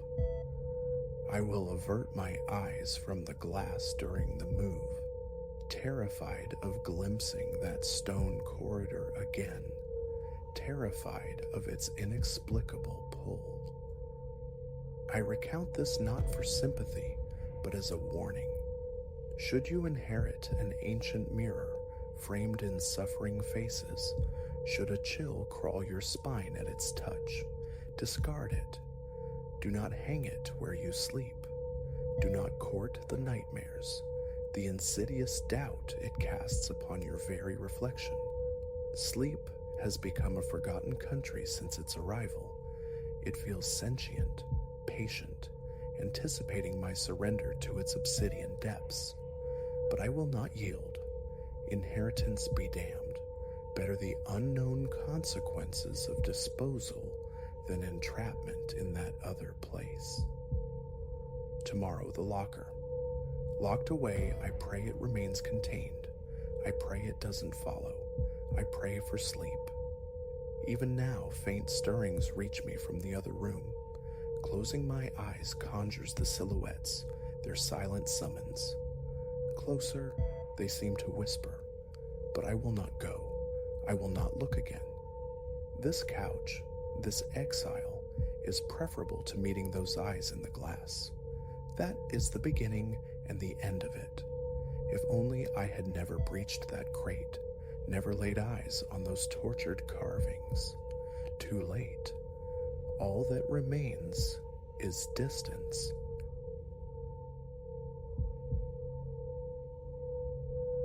A violent splintering sound at the cabin door ripped through the night, tearing Elias from sleep. His pulse hammered against his ribs, as lightning momentarily etched the room's stark angles against the dark, each flash a brief, brutal revelation. No sane soul would challenge this tempest, much less arrive demanding entry in the deepest hours. As Elias moved, hesitant towards the shuddering wood, he couldn't fathom that swinging it open would usher in a vortex far more treacherous than the storm, one poised to unravel his notions of trust, of survival itself. He'd sought refuge in this mountain eyrie, a deliberate flight from the city's clamor, craving the balm of silence. The irony landed with the weight of another thunderclap that rattled the window panes. A week into his retreat, this was the first true elemental rage he'd witnessed, a maelstrom determined, it seemed, to dismantle his sanctuary board by board, the rain a percussive fury on the roof. Again, the assault on the door, sharper now, insistent. Hello? A thin voice threaded through the wind's shriek. Please, anyone inside? I need help. Hesitation coiled in his gut, his fingers hovering over the latch. Fragments of cautionary tales, celluloid horrors flickered behind his eyes. Yet the raw desperation in that cry, could he truly abandon someone to this elemental wrath? Drawing a steadying breath, Elias pulled the door inward. She stood framed in the doorway, a figure sculpted by rain and desperation, shivering uncontrollably. Ink-dark hair clung like seaweed to her face, framing eyes wide with a primal fear. Oh, thank heavens, she choked out, her jaw trembling. I was afraid this place was empty. Get inside, Elias urged, stepping back. You're soaked through. She practically fell across the threshold, and he slammed the door against the gale's renewed push. Closer now, he saw the youth beneath the grime and exhaustion, perhaps mid-20s. Her clothes were ragged, streaked with mud, and a raw, angry scratch marked one cheekbone. Thank you, she murmured, arms wrapped tight around herself. I didn't imagine anyone lived this far out. Hope was fading. Elias fetched a thick blanket from the worn sofa, draping it over her trembling shoulders. What happened? How did you end up lost out here in this? Her gaze darted nervously around the small cabin, scanning corners as if expecting threats to materialize from the shadows. She clutched the blanket like a shield. It's complicated. I hardly know how to start. How about a name? Elias suggested, aiming for a calm, grounding tone. A pause stretched, taut as a wire. Lyra, she offered finally. My name is Lyra. Elias, he returned. Look, Lyris, you're safe now. Sit down. I'll put some water on for tea. Then you can tell me whatever you feel comfortable sharing. She nodded, a flicker of gratitude softening her features, and collapsed onto the sofa as Elias moved to the compact kitchenette. While the kettle hissed towards a boil, his eyes kept straying towards her. She flinched at every thunderous punctuation mark from the storm outside. He handed her the steaming mug. Her hands enveloped it instantly, a drowning person seizing a lifeline. Thank you, she whispered again. You can't possibly understand how much this means. He settled into the armchair opposite, affording her space. So, Lyra, what errand brings you wandering the wilderness on a night unfit for man or beast? She sipped the tea, a slight grimace touching her lips. I was running, she admitted at last, her voice barely more than a breath. Running from what? Elias leaned forward slightly, caught despite himself. Lyra's eyes met his, and the sheer depth of terror reflected there sent an icy current through his veins. From someone who means to harm me, someone very dangerous. A chill unconnected to the drafty cabin settled over him. Are you in trouble? Should I try to reach the authorities? She shook her head vehemently, sloshing tea. No, please, no police. They won't help. He might have connections. Internal alarms began to clang. This narrative veered sharply into territory he had no desire to navigate, yet the storm still raged, and she was here. Who is this person, Lyra? He asked, his voice gentle but firm. She placed the mug carefully on the floor, her hands unsteady. My ex, he wasn't the person I believed him to be. I discovered things he was involved in, deeply illegal, awful things. When I confronted him, her voice frayed and her fingers drifted unconsciously to the scratch on her cheek. A protective anger surged in Elias. He did that to you? Lyra nodded, tears finally spilling, tracing clean paths through the grime. I got away.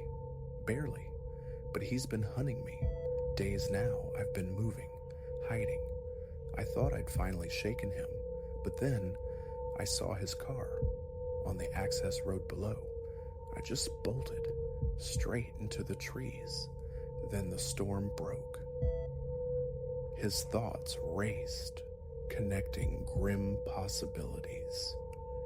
If her story held water, her pursuer could be out there, and Elias was now implicated. Do you think he saw where you went? Knows you're here? I don't know, she whispered, trembling anew. I pray not, but he always finds me. Elias rose, peered through the rain-lashed window. Visibility was nil beyond the porch steps, a perfect shroud for anyone approaching unseen. We should be secure for tonight, he said, injecting a confidence he didn't feel. This weather's too severe for a proper search. Morning will bring clearer skies, clearer options. Relief washed over Lyra's face, profound and immediate. Thank you, Elias. Truly, I don't know what would have become of me without you. He managed a strained smile. Try and get some sleep. The bedroom's yours. I'll stay out here, keep an ear out. She seemed poised to argue, but raw weariness claimed the victory.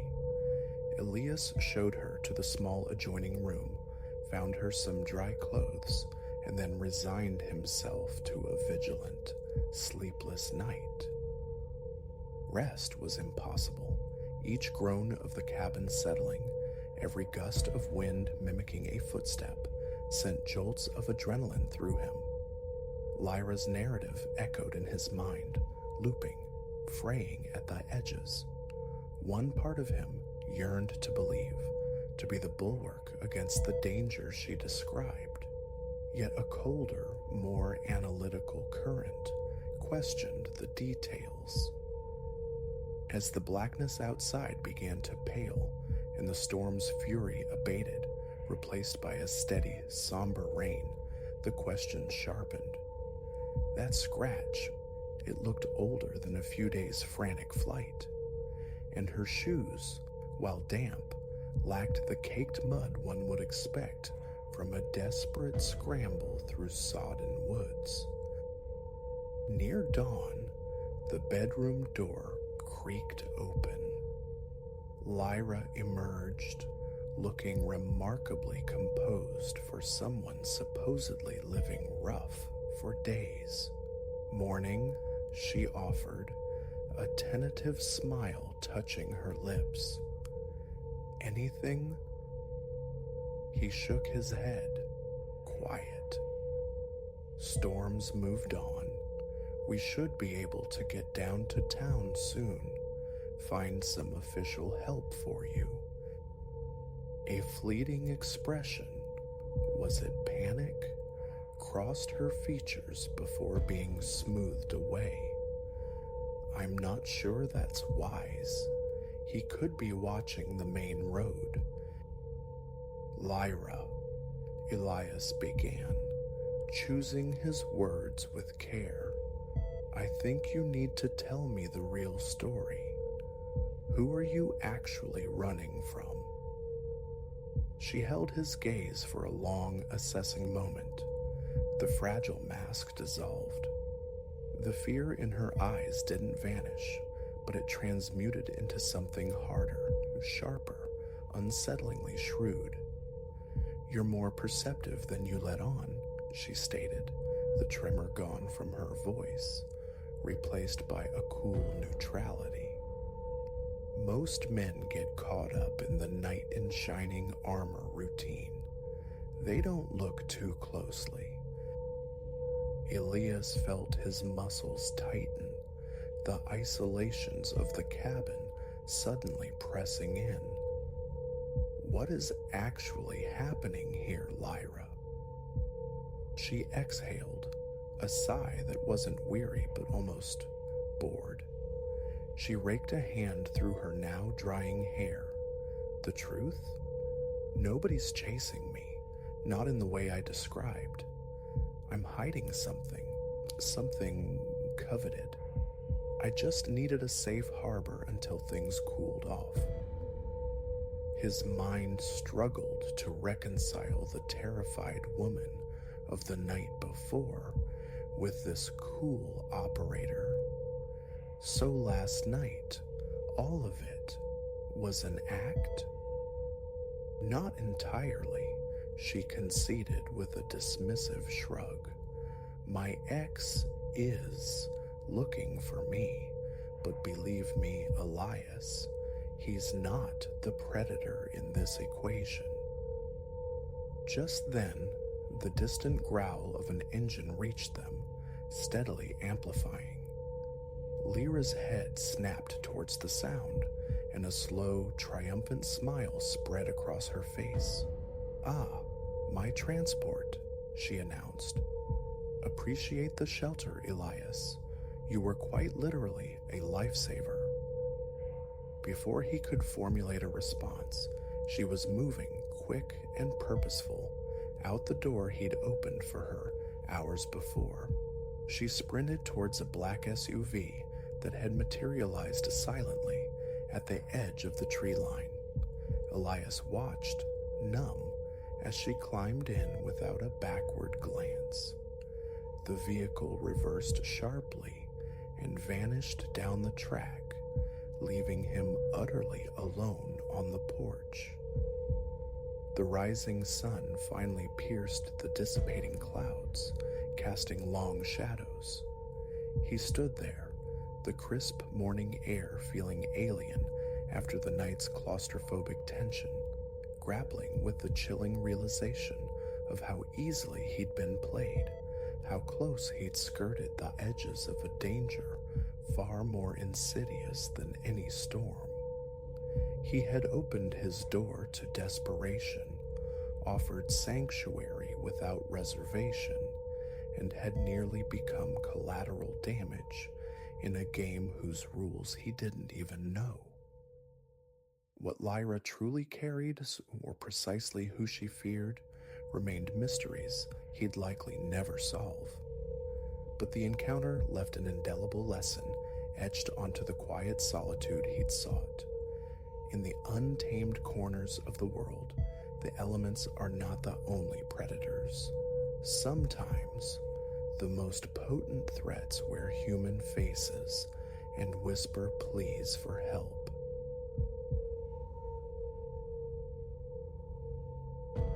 My headlamp carved a stark tunnel through the Stygian blackness, revealing a throat of rock that plunged seemingly without end into the planet's depths. Air, thick as velvet drapes, hung heavy with pulverized stone and the spectral scent of secrets left to molder. I drew a ragged breath, attempting to quell the frantic drummer in my chest. This was it, the whispered legend, the lost copper lode, untouched by human hands for a century or more. We stood at its threshold, yet, as the encroaching silence would soon attest, some doors remained sealed for profound reasons. Reese, are you certain this is wise? Ilara's voice, a nervous thread in the tapestry of echoes, betrayed a fragile blend of exhilaration and dread. I pivoted, my light sweeping across my companions, Ilara, Finn, Chloe. Their faces, blanched by the headlamp's glare, seemed sculpted from worry and the fine patina of subterranean dust that coated every surface. Friends, come now, I urged, forcing a buoyancy I didn't entirely feel. Months we've poured into planning this. Turning back isn't an option. A partial truth. My own nerves jangled like loose change. We were seasoned hill walkers, yes, but mere dabblers in the art of spelunking. The mind's maw, veiled by a riot of tenacious greenery, existed on no map we possessed. Serendipity, or perhaps a darker providence, had guided our boots to its forgotten lip. Finn stepped into the light, his posture radiating the familiar caution that defined him. I don't like the look of it, Reese. This structure feels precarious. Shouldn't we report this? Let the experts take over? My headshake was immediate, emphatic.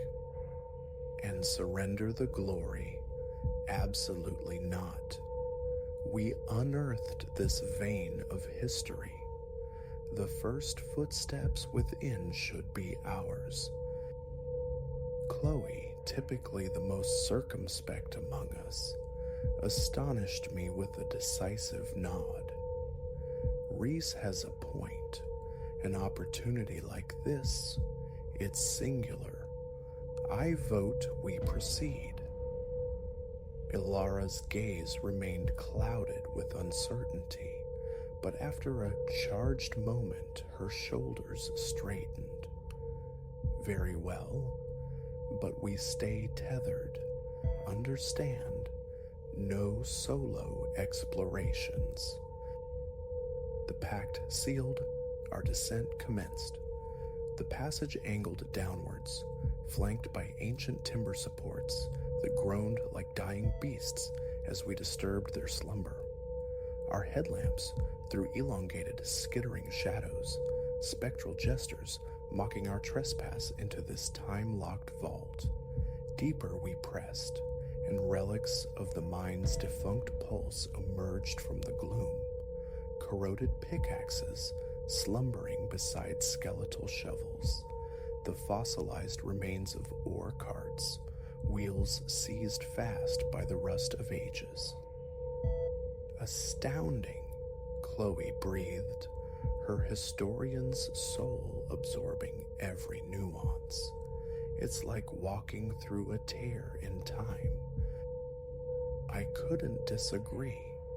Beneath the oppressive dark and the insistent thrum of wrongness, a current of pure discovery thrilled through me. Ours were the first eyes to witness these artifacts in generations. An hour, perhaps more, had bled away in the subterranean labyrinth when the tunnel bifurcated. Two apertures yawned, twin mouths swallowing the light, offering no hint of their destinations. Direction? Ilara queried, her beam probing each void alternately. I unfolded the brittle chart procured from the town's dusty archives. Its surface was a palimpsest of faded ink and tears, a cryptic guide at best. After a moment's scrutiny, my finger traced the leftward path. This way. If this relic speaks true, it should guide us to the primary excavation cavern. We pressed onward, the tunnel constricted, the air growing denser, dust motes dancing feverishly in our lights. The silence became a palpable weight, punctuated only by the crunch of our boots and the sporadic, unnerving drip of unseen water. Abruptly, Finn halted so suddenly that Chloe collided softly with his back. "Did you perceive that?" His voice was a taut whisper. We froze, straining against the profound quiet. For a beat, only my own frantic pulse echoed in my ears. Then subtly, it registered, a low, resonant vibration akin to thunder brooding miles away. Likely just air currents, I offered, the reassurance aimed as much at myself as at them. Forward, we must be nearing the heart. But the rumbling wasn't dismissed so easily. It intensified as we advanced. Tiny pebbles shimmied across the floor. A fine silt began to rain from the unseen ceiling. "Reese," Ilara's voice was strung tight with fear. "I strongly advocate turning back, now." I was poised to concur when the constricted passage abruptly disgorged us into a colossal chamber. Our lights faltered, unable to find purchase on the distant walls or the vaulted ceiling, creating the vertiginous sensation of standing upon the precipice of nothingness. "This is it," I exhaled. "The great cavern." As our vision adapted, shapes coalesced from the murk.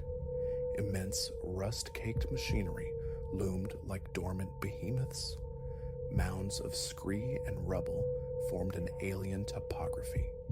And there, catching my beam with a seductive gleam, ran a thick vein of raw copper embedded deep within the rock face. We'd struck it, the legendary bounty that had haunted miners' dreams for decades. Our elation, however, was brutally ephemeral. The subterranean growl, which had subsided into a background hum, surged with sudden, terrifying violence. The very ground beneath us began to shudder. "Tremor," Finn shouted, but a deeper dread gripped me. This wasn't merely seismic activity. Years of abandonment, the crushing burden of the earth above, compounded by our intrusion, the fragile equilibrium was shattered. The mine was devouring itself. "Stuzda, run!" The command tore from my throat as I spun back towards the tunnel. We scrambled, retracing our steps, the rumbling escalating into a deafening cataclysm. Stones began to plummet around us, first like scattered hail, then like brutal fists. I heard Chloe cry out, a sharp note of pain as a rock glanced off her shoulder, but pausing was unthinkable. The tunnel seemed to warp, twisting in configurations I failed to recall from our ingress. Had we blundered onto a different path, though?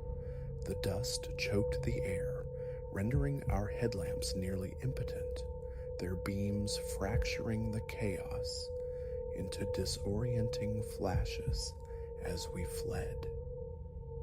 A particularly vicious heave threw us from our feet. Struggling upright, a wave of horror washed over me. I was alone in the swirling maelstrom. Ilara, Finn, Chloe. My voice, raw and scraped by dust, was swallowed by the roar. "Here," Ilara's reply drifted back, faint, muffled. Groping blindly, one hand braced against the trembling rock wall for orientation, I stumbled towards the sound. I found Ilara hauling Chloe to her feet. Chloe's face was a mask of grime and tears, her arm cradled protectively against her chest. "Finn? Where is Finn?" The question felt like ice in my gut. Ilara shook her head, her eyes vast pools of terror. "Lost him. When we fell, separation." Another convulsion racked the passage. More rock rained down. Movement was imperative. "Finn," I bellowed one final time, straining to pierce the cacophony of the mine's disintegration. Silence answered, save for the grinding stone. Heart-leaden, I seized Ilara's hand. "We must move, now." We ran, half sightless, through the fragmenting tunnel.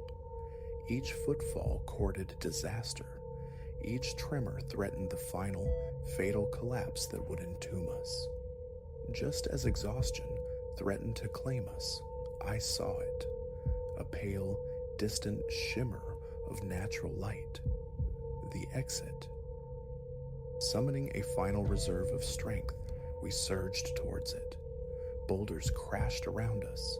The entire mine groaned, a colossal entity in its death throes. We burst from the tunnel mouth, momentum carrying us onward, not daring to stop until we were yards clear of the entrance.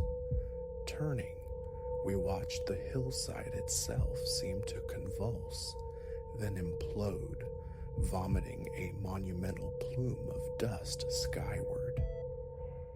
We stood, lungs burning, bodies coated in grime and stippled with blood from countless minor lacerations. Alive, but fractured by shock. "Finn," Chloe wept, clutching her injured arm. "He didn't make it out." The stark calculus of our ordeal settled upon us. 4 souls had entered that abyss, bonded by the thrill of the unknown. 3 stood now, battered and diminished. As the dust cloud began its slow descent, a sound sliced through the aftermath, arresting our hearts mid-beat, coughing, ragged and desperate, originating near the ruined portal. We scrambled back, hope a fragile, fluttering thing, and there he was, Finn, clawing his way from beneath a fallen tree, whose trunk had, by some miracle, deflected the brunt of the collapse. He was caked in dust, blood weeping from a gash on his forehead, but undeniably alive. We helped him stand, the four of us reunited in a silence too profound for words. Survival had been granted, but not without cost. The mine, its whispered riches and shadowed history, was gone, reburied beneath an avalanche of rock and soil. As we limped slowly towards the realm of the living, my thoughts drifted to the forgotten men who had toiled here before us. How many had been claimed by the mountain's insatiable hunger? How many, lured by the siren glint of copper, had pushed past the threshold of caution only to be swallowed whole? We had been fortunate, escaping with our lives, though not unscarred. The quest had irrevocably altered us. We sought adventure, perhaps fortune, but unearthed instead a brutal lesson in nature's indifferent might and the fragile architecture of our own existence. The lost copper mine would remain lost, its secrets interred more deeply than ever, and we, the audacious fools who had roused it from its century of sleep, would forever bear the imprint of its dark embrace. Some discoveries we now understood with chilling clarity are best left unearthed.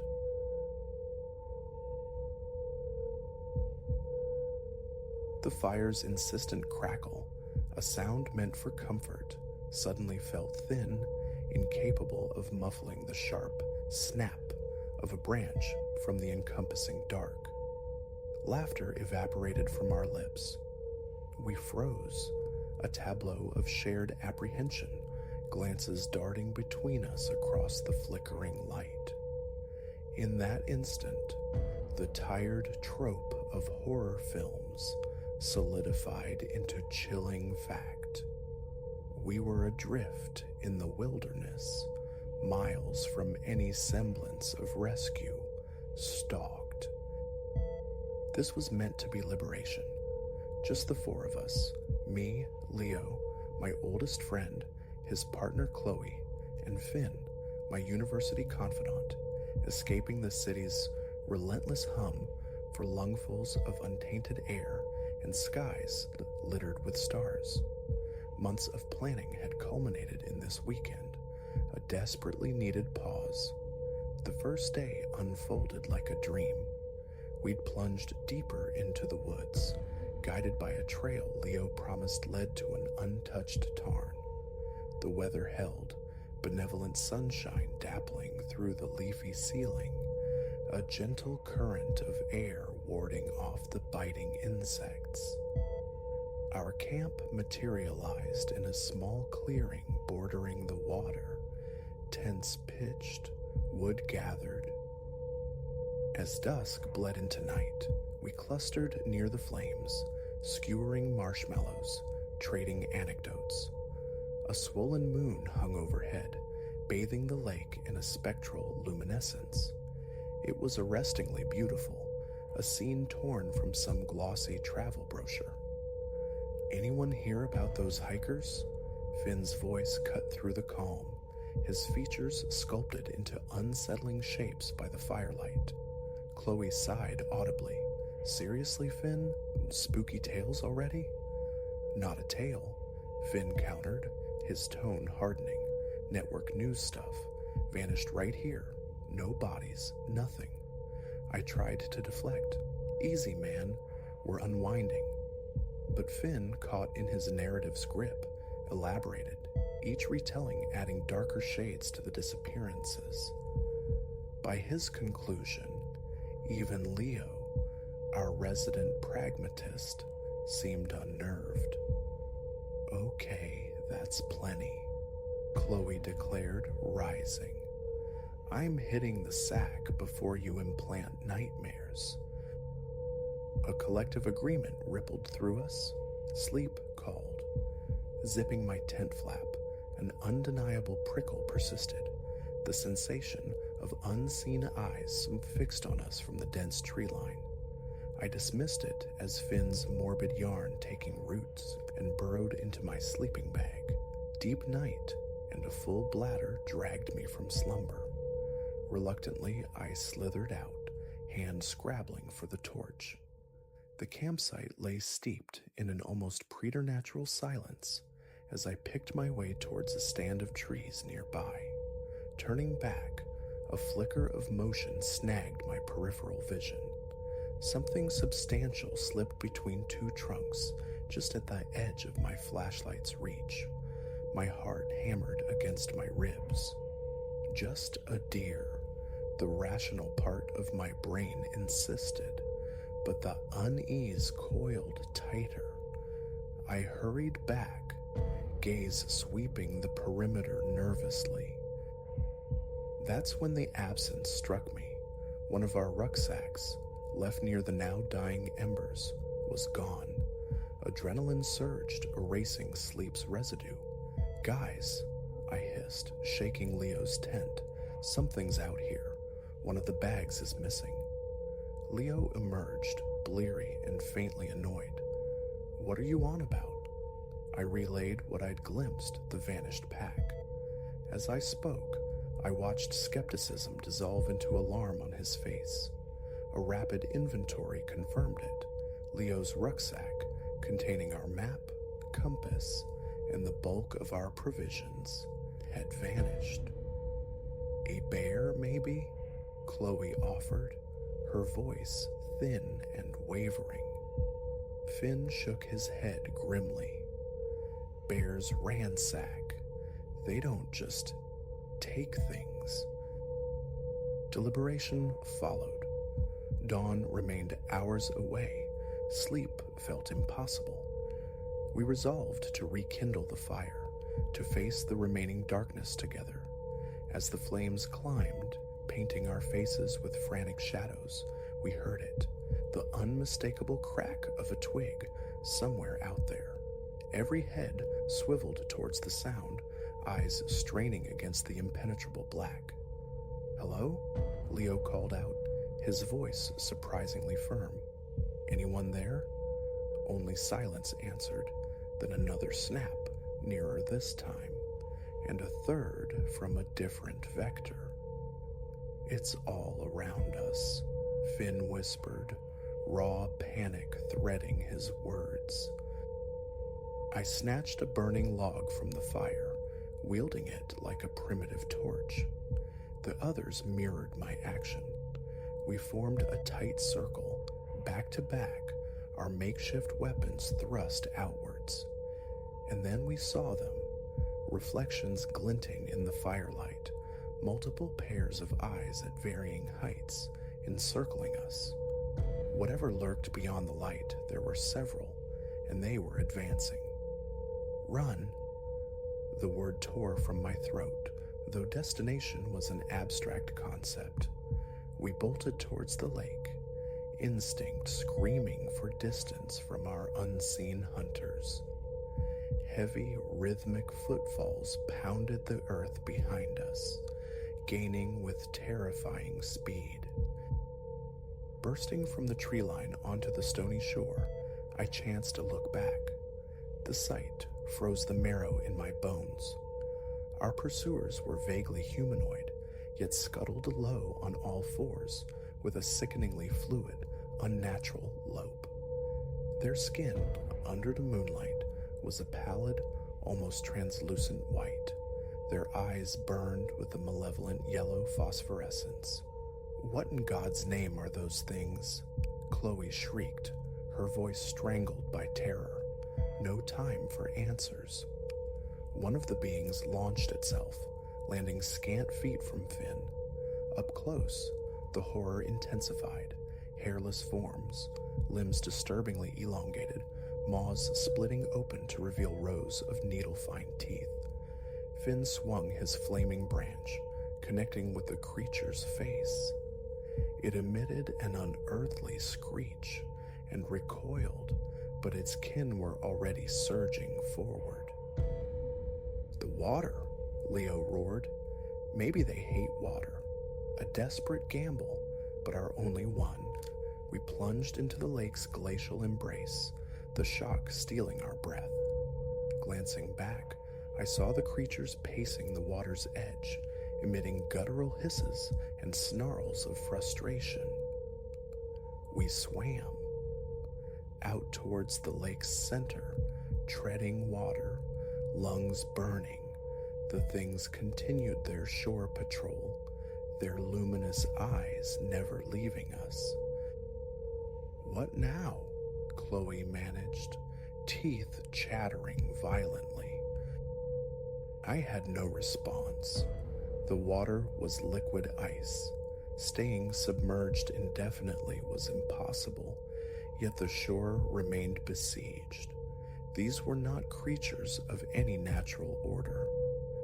Finn's tale of the missing hikers echoed in my mind, settling like lead in my gut. As if intercepting my thought, Finn murmured, "You don't think those hikers—" "Don't," Leo interrupted sharply. "Can't go there. Focus. Getting out." But how? Marooned in a frigid lake, hemmed in by monstrosities, bereft of supplies, communication impossible. The stark reality of our predicament crashed down, a wave of pure despair.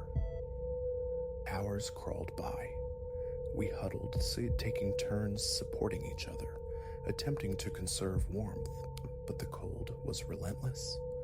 My limbs grew heavy, unresponsive. Keeping my head above the surface became a monumental effort. As the eastern sky began to pale, hinting at dawn, I noticed a shift.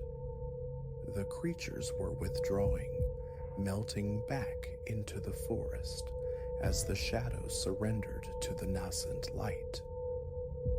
"Guys," I croaked, voice raw. "Look, they're leaving." We watched, numb with disbelief, as the last spectral form vanished among the trees. The shoreline stood empty. Tentatively, we swam back. Our bodies were numb bundles of shivering agony, but we were alive. We stumbled towards the campsite, half expecting the creature's return, but the woods remained hushed, almost serene in the early light. Our tents lay in ribbons, fabric rent by vicious claw marks. The missing rucksack remained absent. Gathering the meager remnants of our gear, we began the long, arduous trek towards civilization, every rustle of leaves sending jolts of fear through us. Finding our way out consumed the better part of the day. At the ranger station, our frantic narrative was met with thinly veiled disbelief. No reports of bizarre creatures, no recent missing persons in this sector. The official conclusion leaned towards an aggressive bear encounter, but we knew those beings were no fauna cataloged by science. In the subsequent weeks, we scoured archives, news feeds, forums, anything for corroboration. Nothing. No similar sightings, no whispers of disappearances matching Finn's story. Sometimes, in the dead quiet of night, I still jolt awake, drenched in sweat, the memory searingly clear, those glowing eyes, the needle teeth. I ponder the creatures, their origin, their nature, and the most chilling question, are they still lurking in those woods, patient, waiting? One truth remains indelible. I will never seek solace in the wilderness again. It guards secrets far darker than my worst imaginings, secrets best left undisturbed in the deep, silent places of the forest.